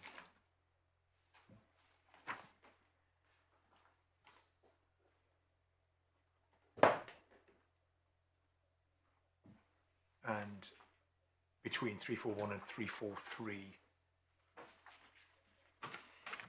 as part of putting the case, the mother is asked about other aspects of her behaviour, that evening in terms of the way she conducted herself at hospital, and then at 3/4, why she didn't go in the ambulance to the teaching hospital. The father went instead. That's at 3:43. And also at 3:43, the text that was sent at 20 to 2 the following morning. And this is at the very bottom of 3:43. Were you saying sorry because you'd hurt your son? The father fully knew that, and you were apologising for it.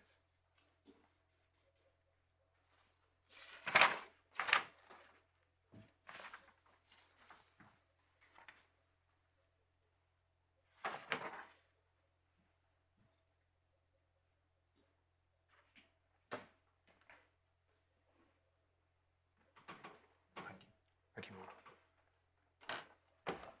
Thank you very much. Thank you. Thank you, Mr. Steele. Yes. Thank you, my lady, my lords.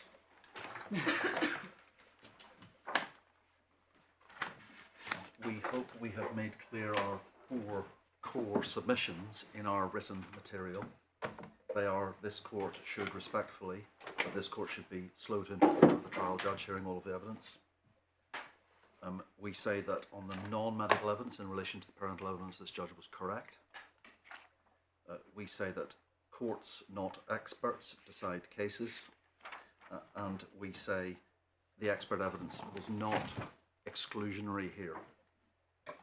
Recognising, as we expressly do, that on the balance of probabilities and in fact findings such as this, exclusion isn't what we're looking for. We're looking for the balance of probabilities.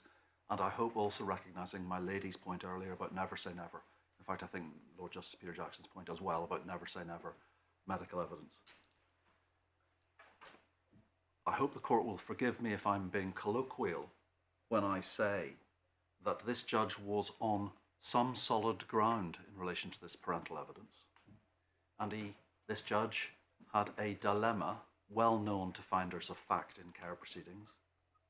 And the dilemma was, I found some solid ground and it does not match the expert evidence.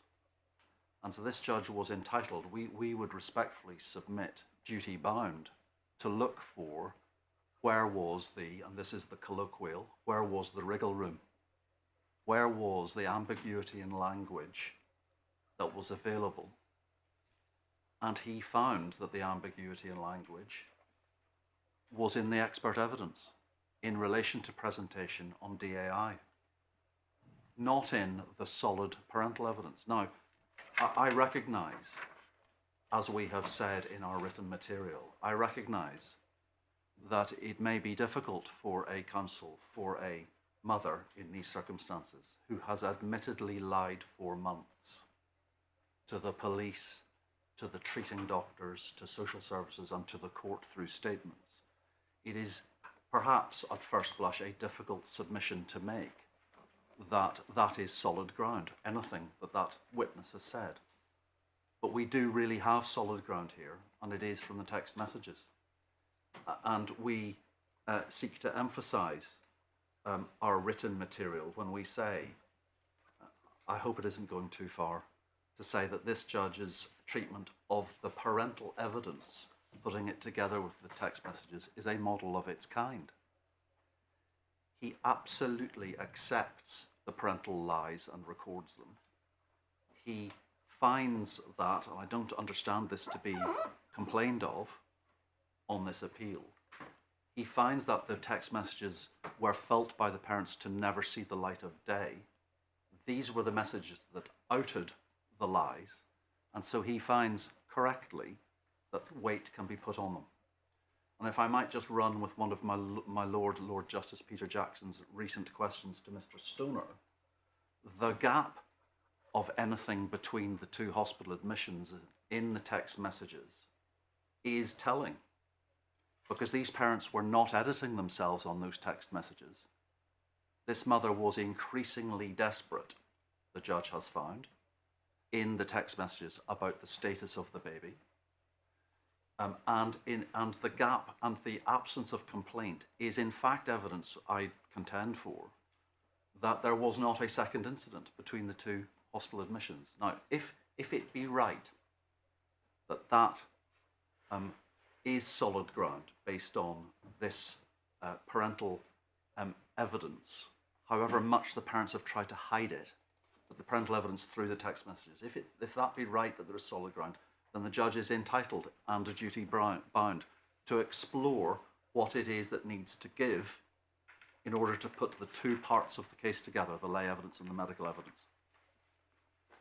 And we say there is enough latitude in the language of this expert evidence for the give to be in the expert evidence. But I hope we have both, Ms. Bell and I have both recognised in our written material that we accept in mounting this argument that the preference, even the preponderance of the medical evidence is to an event between the two hospital admissions. I'm not seeking to duck that or to avoid. This, just before you leave it behind, I know you'll come back to it. The absence of text messages, you were referring to the period when between the two hospital admissions. Yes. Well, for most of that time they were together. Yes. So one wouldn't expect there to be text messages during that time. Yes. I mean, there are sometimes people text people upstairs, but what was the, as it were, the heft of your submission about the absence of text messages? I mean, either she's at the hospital or she's driving home. He's driving home.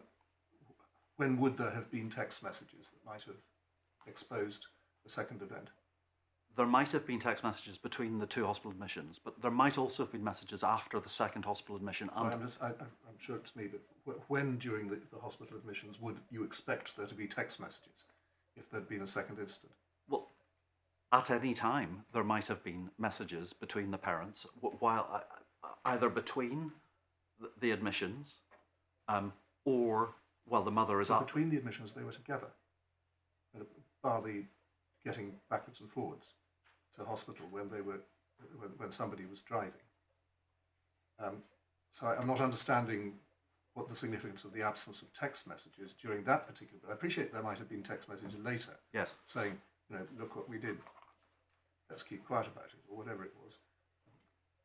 And that is perhaps my better point, my lord. I accept. I mean, you wouldn't necessarily be expecting, would you, on this chronology, there necessarily to be live text messages, so that the absence, as it were, is a speaking silence. It's not one of those situations, as I understand it. Well, my lord, I accept that the better point is the after the second hospital admission text messages and discussion as there had been prior to the first admission. I accept that. I just wanted to make sure I wasn't misunderstanding what you were saying. I thought you were referring to the absence of text messages between the mother and a third party, such as her mother. No, I really mean the mother and the father. Between the father and the mother. Yes, I do. Yes. Okay, no, that's understandable. Because that's what the history was leading up to this, as the judge has found, and as I understand it, that history on the text messages is not complained of. And so, notwithstanding, my lady, my lords, the difficulty that any counsel faces in mounting an argument that there is solid ground, I say that is the solid ground, and that the judge has unimpeachably found it. Can I just ask you another question about this? Please. I'm going back to paragraph 110 of the judge's judgment. Yes. The phrase you used, which may have been advocacy or fact, I'm not sure, was that the mother was becoming increasingly desperate through her text messages. But my reading of 110 is that she bombarded the husband and the father with messages for a sort of 10-12-minute period of time when he wasn't answering her. It's 111 and over the page. Single message cannot outweigh the series of desperate messages that the mother had sent to the father expressing her concern. So it's the judge's language, my lady. It's how the judge found it. Yeah. Very well, thank you. And so, my lady, that's why the judge, having found that there was such an exchange in the text messages, that this mother was becoming increasingly desperate, that also illuminates the judicial approach to the core question in this case, which is what was the presentation of the baby, and whether there is enough leeway in the medical understanding of DAI in order to allow the conclusion Isn't that realistically turning the whole thing on its head? I mean, if one was looking for solid ground in this case, the last place one would look would be to the parent's evidence. The solid ground, if there is any in this case, is in the medical evidence, with all the caveats that you rely upon. But isn't it really counterintuitive to say that we look for solid ground in what the parents are telling us about this? You start with the medical evidence, and then you look at the parents' evidence, then you look at it all together. But isn't it the wrong starting point? Well, my lord, I hope my lord will forgive me. I don't mean to be trite in answer, but we don't compartmentalise and we have to put it all together. And forgive me for saying such obvious things. If you're looking at a picture, you have to look at it in sequence. And yes. I can't imagine how any decision maker in this situation would start by looking at the parents' evidence, because it's not objective, whereas the medical evidence is, to the extent that any medical evidence, and you had the country's best on this case. Yes, accepted. It is as near to objective as one can get. So, yes. Are you pushing back against that? Because please do, but I'm not sharing with you how I think most judges would approach this, and indeed when this judge, his judgment does deal very fairly with the medical evidence and describe it as it came to him. Yes. Doesn't seem to be that that's where he started in looking for solid ground. My lord, I'm not seeking to push back at all on the sequence of what a learned trial judge would do and in which order. I don't mind. I'm seeking to make the point that ultimately that learned trial judge has to put it all together. Forgive me for stating such obvious principles to such an experienced bench, but obviously the learned trial judge, any learned trial judge, has to put it all together, whatever the sequence before that exercise is undertaken. And so when putting it all together and looking at this medical evidence, it is not as clear-cut as the local authority would have it. Can I, with one example in mind, in relation to that, make this point? And also, I shouldn't say without expressly allying myself to my Lord Justice Peter Jackson's comments about the country's best. Obviously, Mr. Jayamon in particular, but the other experts too, well respected, nothing but objective and fair-minded. I shouldn't go without saying. It's been said.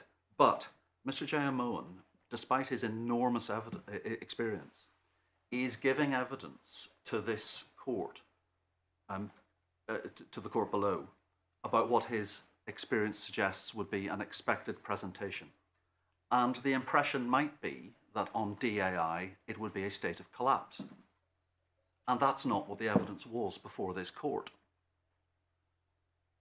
One example of that, the judge asks Mr. Jayamon, this is core bundle 209.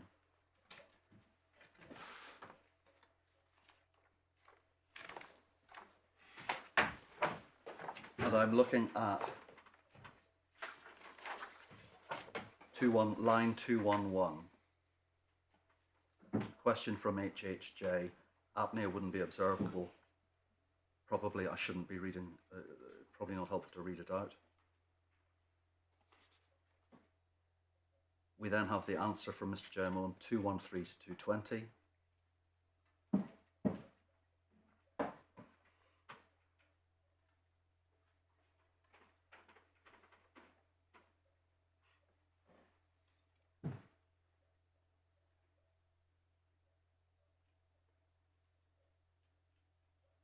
But this judge also had the evidence of Dr. Yu,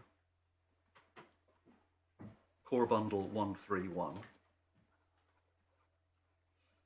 Dr. Yu is at the second presentation, and as I think is established and not controversial, that must have been at the time, the second presentation must have been at the time of the serious injuries.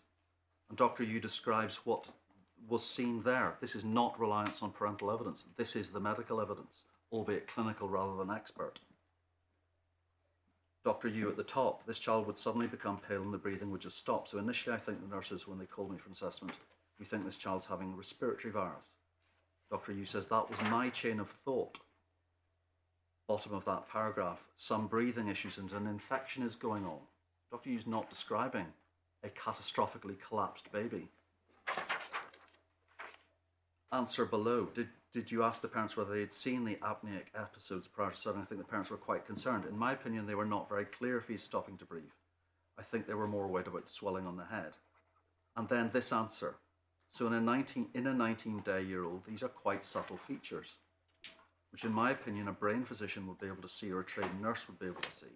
I think it would be very difficult for a non-doctor who's not seen children to observe those subtle findings. Subtlety is relied upon further down that page.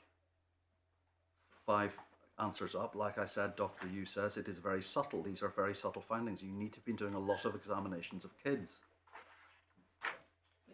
I'm sorry, but I just don't see how this ties in with the mother's own evidence of what she was seeing and her own terror. I looked at 244. I was getting really angry with him and screaming and shouting and saying, I'm taking him for myself, I'm taking my baby to hospital. And described being scared of him, of her partner. And then at 342, talking about saying she was scratching herself, she was kicking herself. If he didn't take him to hospital, if he didn't take her to hospital, she'd kill herself. Or because the baby was so ill. Now, I don't see how that ties in with your observations now, that this was all very subtle and gave sort of gateway into the medical evidence. My lady, I just don't see it.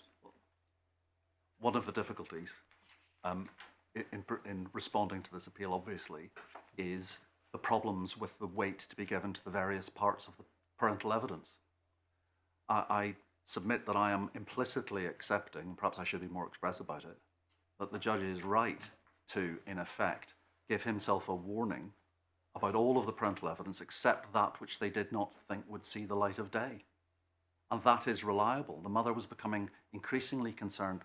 Well, she made 10 texts over a period of 12 or 13 minutes in the context where she kept texting her partner when he was not replying to her. Yes, I respectfully accept that. And then there was a gap, significant gap, before the child was actually taken to hospital. My lady, I have to factually accept that. But I just don't see how that ties in with increasingly desperate as compared to what we see later in the evening with her description of her getting shouting and screaming, saying, I don't care whether you want me to or not, I'm taking this baby to hospital. my lady, the point I'm making about the Dr. Yu evidence is that because of the subtleties in this presentation, what I'm seeking to explore with this court is whether there is enough leeway to get us from 1 hour to 23 hours post a DAI infliction. And the deterioration, notwithstanding that Mr. Stoner's carefully taken this court through the ultimate rejection of Mr. Jayamon to the increasing deterioration, I'm contending for that earlier infliction of DAI on the night before during the accepted very violent episode involving the baby and involving my client. And I'm contending for that expansion of time and that the increasingly worried mother, I say, of course, the non-perpetrating parent, the increasingly worried mother, not really knowing what is going on, but knowing something is wrong, feeds into the presentational evidence, if weight can be put on her, feeds into the presentational evidence that I say does tally with some of the language used by the experts, the baby not normal. And it's the baby not normal as opposed to in a state of catastrophic collapse that I'm contending for in terms of this presentation. But lady, I hope I'm being as express as I can, that clearly I'm recognising the difficulty with putting weight on, given the history of deceit and lies, the in fact asserted history of deceit and lies that my client now asserts.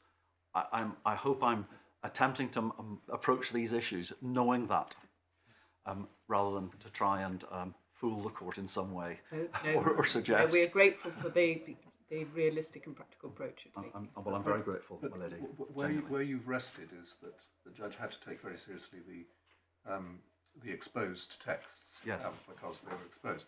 But at some point, will you deal with the matter that Mr. Stoner addressed, which is how does that help us at all? How could it have helped the judge at all in relation to whether or not there was a second episode? I mean, clearly, it clearly got the parents home, as it were, in relation to confessing to a first episode.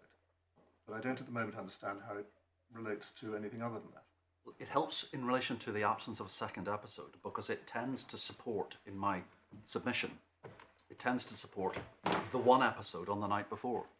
And it supports it because of that concern for the parents, something is not right, the concern of the mother, something is not right with my child, which all of the experts have accepted is a lay person and a worried mother not being medically trained, not looking for the signs, could be the sign, important presentational signs. And it led the judge to say, in the round, putting it all together, it led the judge to be able to say, I respectfully submit correctly, that it was one event the night before. I can see how it could lead him to say it was one event. I can't see at the moment how it could lead him to say it was only one event. I mean, the judge, at paragraph 147, we needn't turn it up because it's so familiar to us, as it were, he found that it was not, the local authority hadn't succeeded in proving what it had set out to prove. But perfectly understandably, he accepted the invitation to go further and said what you've just said, which is that it was everything, all the injuries were caused in one episode the night before. That I quite understand, because in a sense just saying they haven't proved it. The only corollary of that could be, what was going to be, that it was everything the night before. Yes. There was no other sensible outcome. But you take my point, I don't understand how the text messages help us to say that it was all the night before. It shows that something happened the night before. But it doesn't show that nothing happened between the admissions, does it? I can't say that they show nothing happened between the admissions. What I can say, and do say to this court, is that they show earlier than the first admission a evidence, important evidence of a worried mother worried about the presentation of the baby. Yeah. And that allows the judge to say, I probably shouldn't repeat it, my lord. My lord has the point. Thank you. I wonder, would it be helpful for me to take the court to that expert evidence I've just alluded to in relation to the presentation not having to amount to a total and catastrophic collapse, and it being a more subtle presentation. And I'm entirely in this court's hands as to whether it is important to look at the pages, but we have Professor Stiveros, 165. These are transcripts. Professor Stiveros. Are you going to give us a list of references? Yes.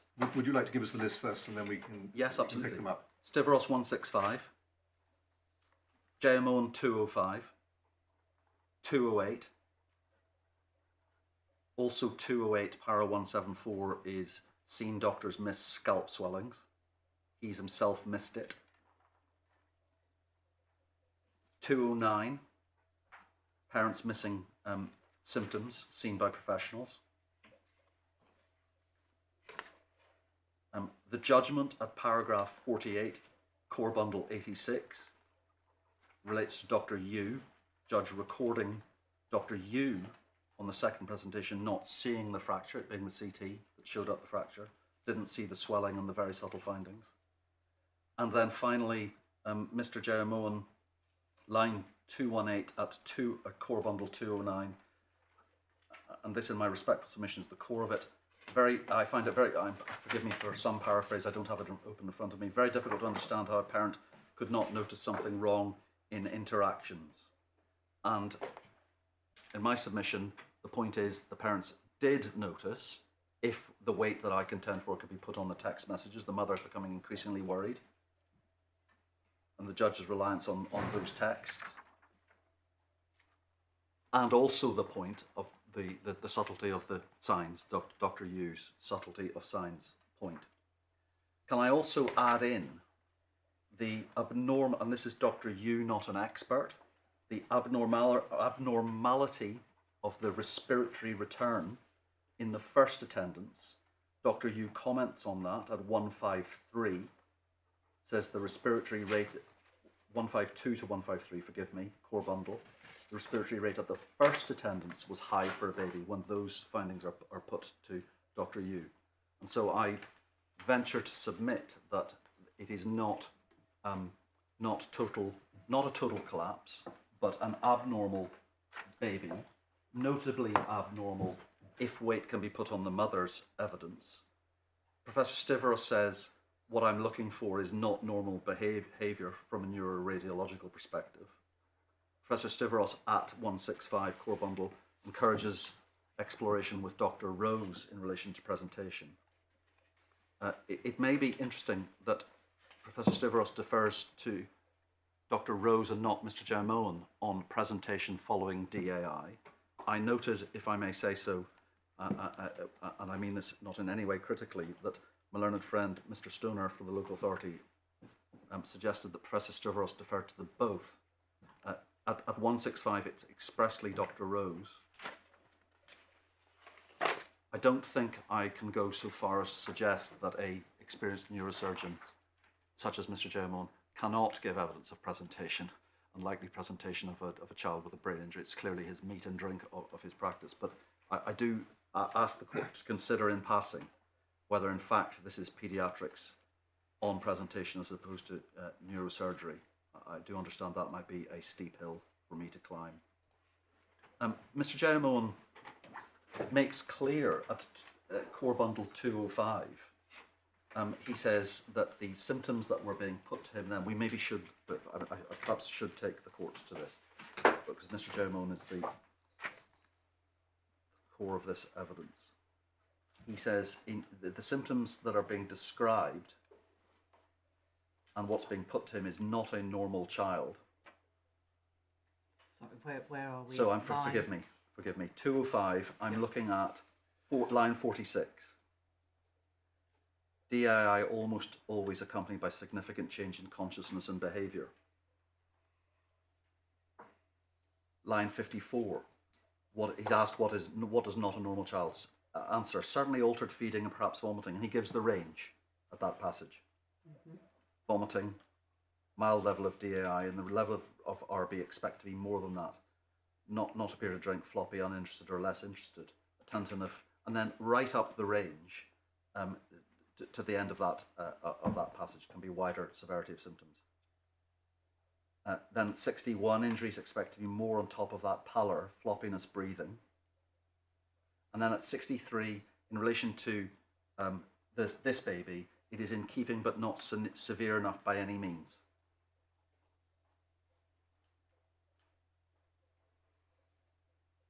At 208, however, when asked by my learned junior, the point I know, the mother saying, I know something is not right, he has no difficulty accepting the non-medical trained parent having that feeling, I know something is not right.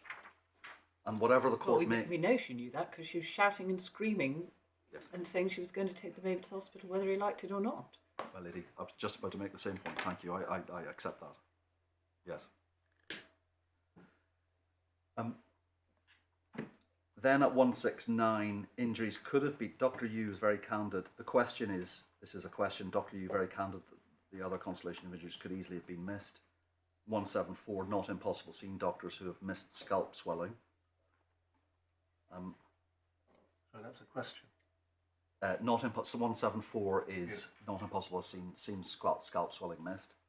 Yes, but there are two different things, aren't there? We weren't Yes. really concerned about scalp swelling. I mean, what scalp swelling tells you is that there's been an impact, or indeed two impacts in this case. What the fracture tells you is that there's been a very violent impact. But that's not really what what the behaviour part of this is about, is it? It's to do with the DAI and maybe to some extent the bleeding. It is to do with the DAI, not the fracture or the swelling. I absolutely accept that, my lord. But on the, as we read and understand the medical evidence, and I don't understand this to be complained of by the local authority, there was an acceptance that a very significant blow or blows with more than one impact could have caused the DAI. And if it caused at the same time as the fracture, then it's difficult to unpick that presentational picture, especially for a layperson, if there is the DAI at the same time as the fracture. But I absolutely accept my lord's point, that the DAI is separate. And then this at 209, Mr. Jerome, line 201, would be a clear change of function of brain and presentation of child at the time brain injury separate from scalp. My Lord Justice Peter Jackson's point just to me just now. Can get more, 206 is the passage already referred to, can get more severe over minutes and hours. Then the question from the judge, apnea wouldn't be observable, professionals note it. Yes, says Mr. Jerome at line 213, but apnea is part of presentation that would be obvious to the parent. Doctor says cyanosis. This is a very worrying finding with increased tone. Would have been noticed, would have been floppy, not feeding. Very difficult for me to understand how this child was interacted with by parents, would not have noticed something wrong. And that takes me back to the Dr. Yu evidence about the subtlety and how, notwithstanding Mr. Jeremone's excellence, all-round excellence. Have we got the medical notes in the bundle of the original of the initial examination, the description of the First or second? of the baby? Second, sorry. Second, yes, I think that. We've got the records in the front of supplemental. supplemental. So the first admission records start. No, second admission. Sorry. They start at supplemental 20, I believe. First one, 14. Forgive me, can't read. Second 14, admission. Here thank we you. are. 14, thank you.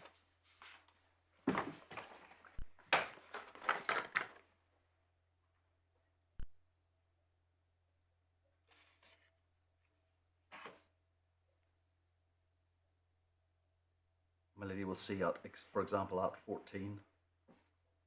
Forgive me, I'm now trying to guess what my lady's looking for, and perhaps I shouldn't do that. But at 14 is the history of the presenting complaint. No, it wasn't the presenting. No. No, but often you will see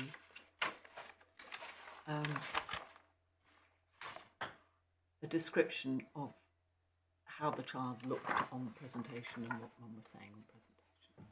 I understand. 16. 16, yeah. Yes. OE on examination. Examination comments, OE.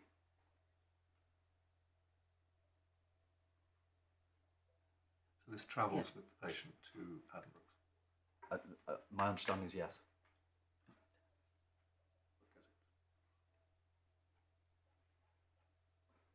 All right, thank you.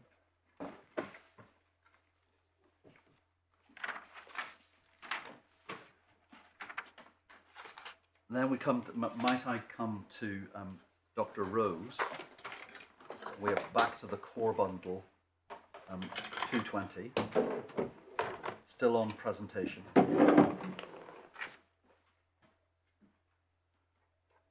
And at the very, the very bottom question, the very last answer on 220 is yes, that is fair.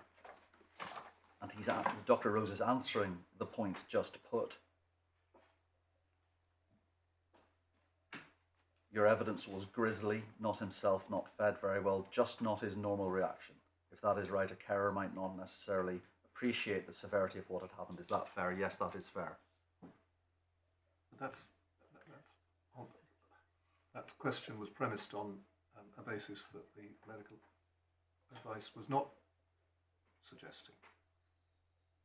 I mean, all he was saying was, if it was like that, then this is what they might or might not have seen. But Dr. Rose wasn't accepting that this sort of injury would only lead to that sort of presentation. No, I absolutely accept that, but he is dealing there, my lord, and I think this is my point. He's dealing there with presentation, not his ultimate opinion. His ultimate opinion is against me. I accept. The preponderance of the evidence, this medical evidence, I accept, is against my response to this appeal. What I'm suggesting is that there was enough leeway in the presentational evidence and the expert opinion in relation to the presentation to allow the judge the leeway that he found, together with the solid ground of the, if it be solid ground, of the parental evidence. And then at 221, question, and a carer might not necessarily appreciate that this was amounting to altered consciousness. Yes, that is true, I could accept that. Question 4 questions down. It is the sort of thing that might lead a parent to present a child for medical attention. I know something is wrong. They are just not right. I do not know what it is. Would that be fair? Yes, I would accept that. And so what I'm contending for is the idea that there was an instantaneous and obvious catastrophic collapse because of the DAI.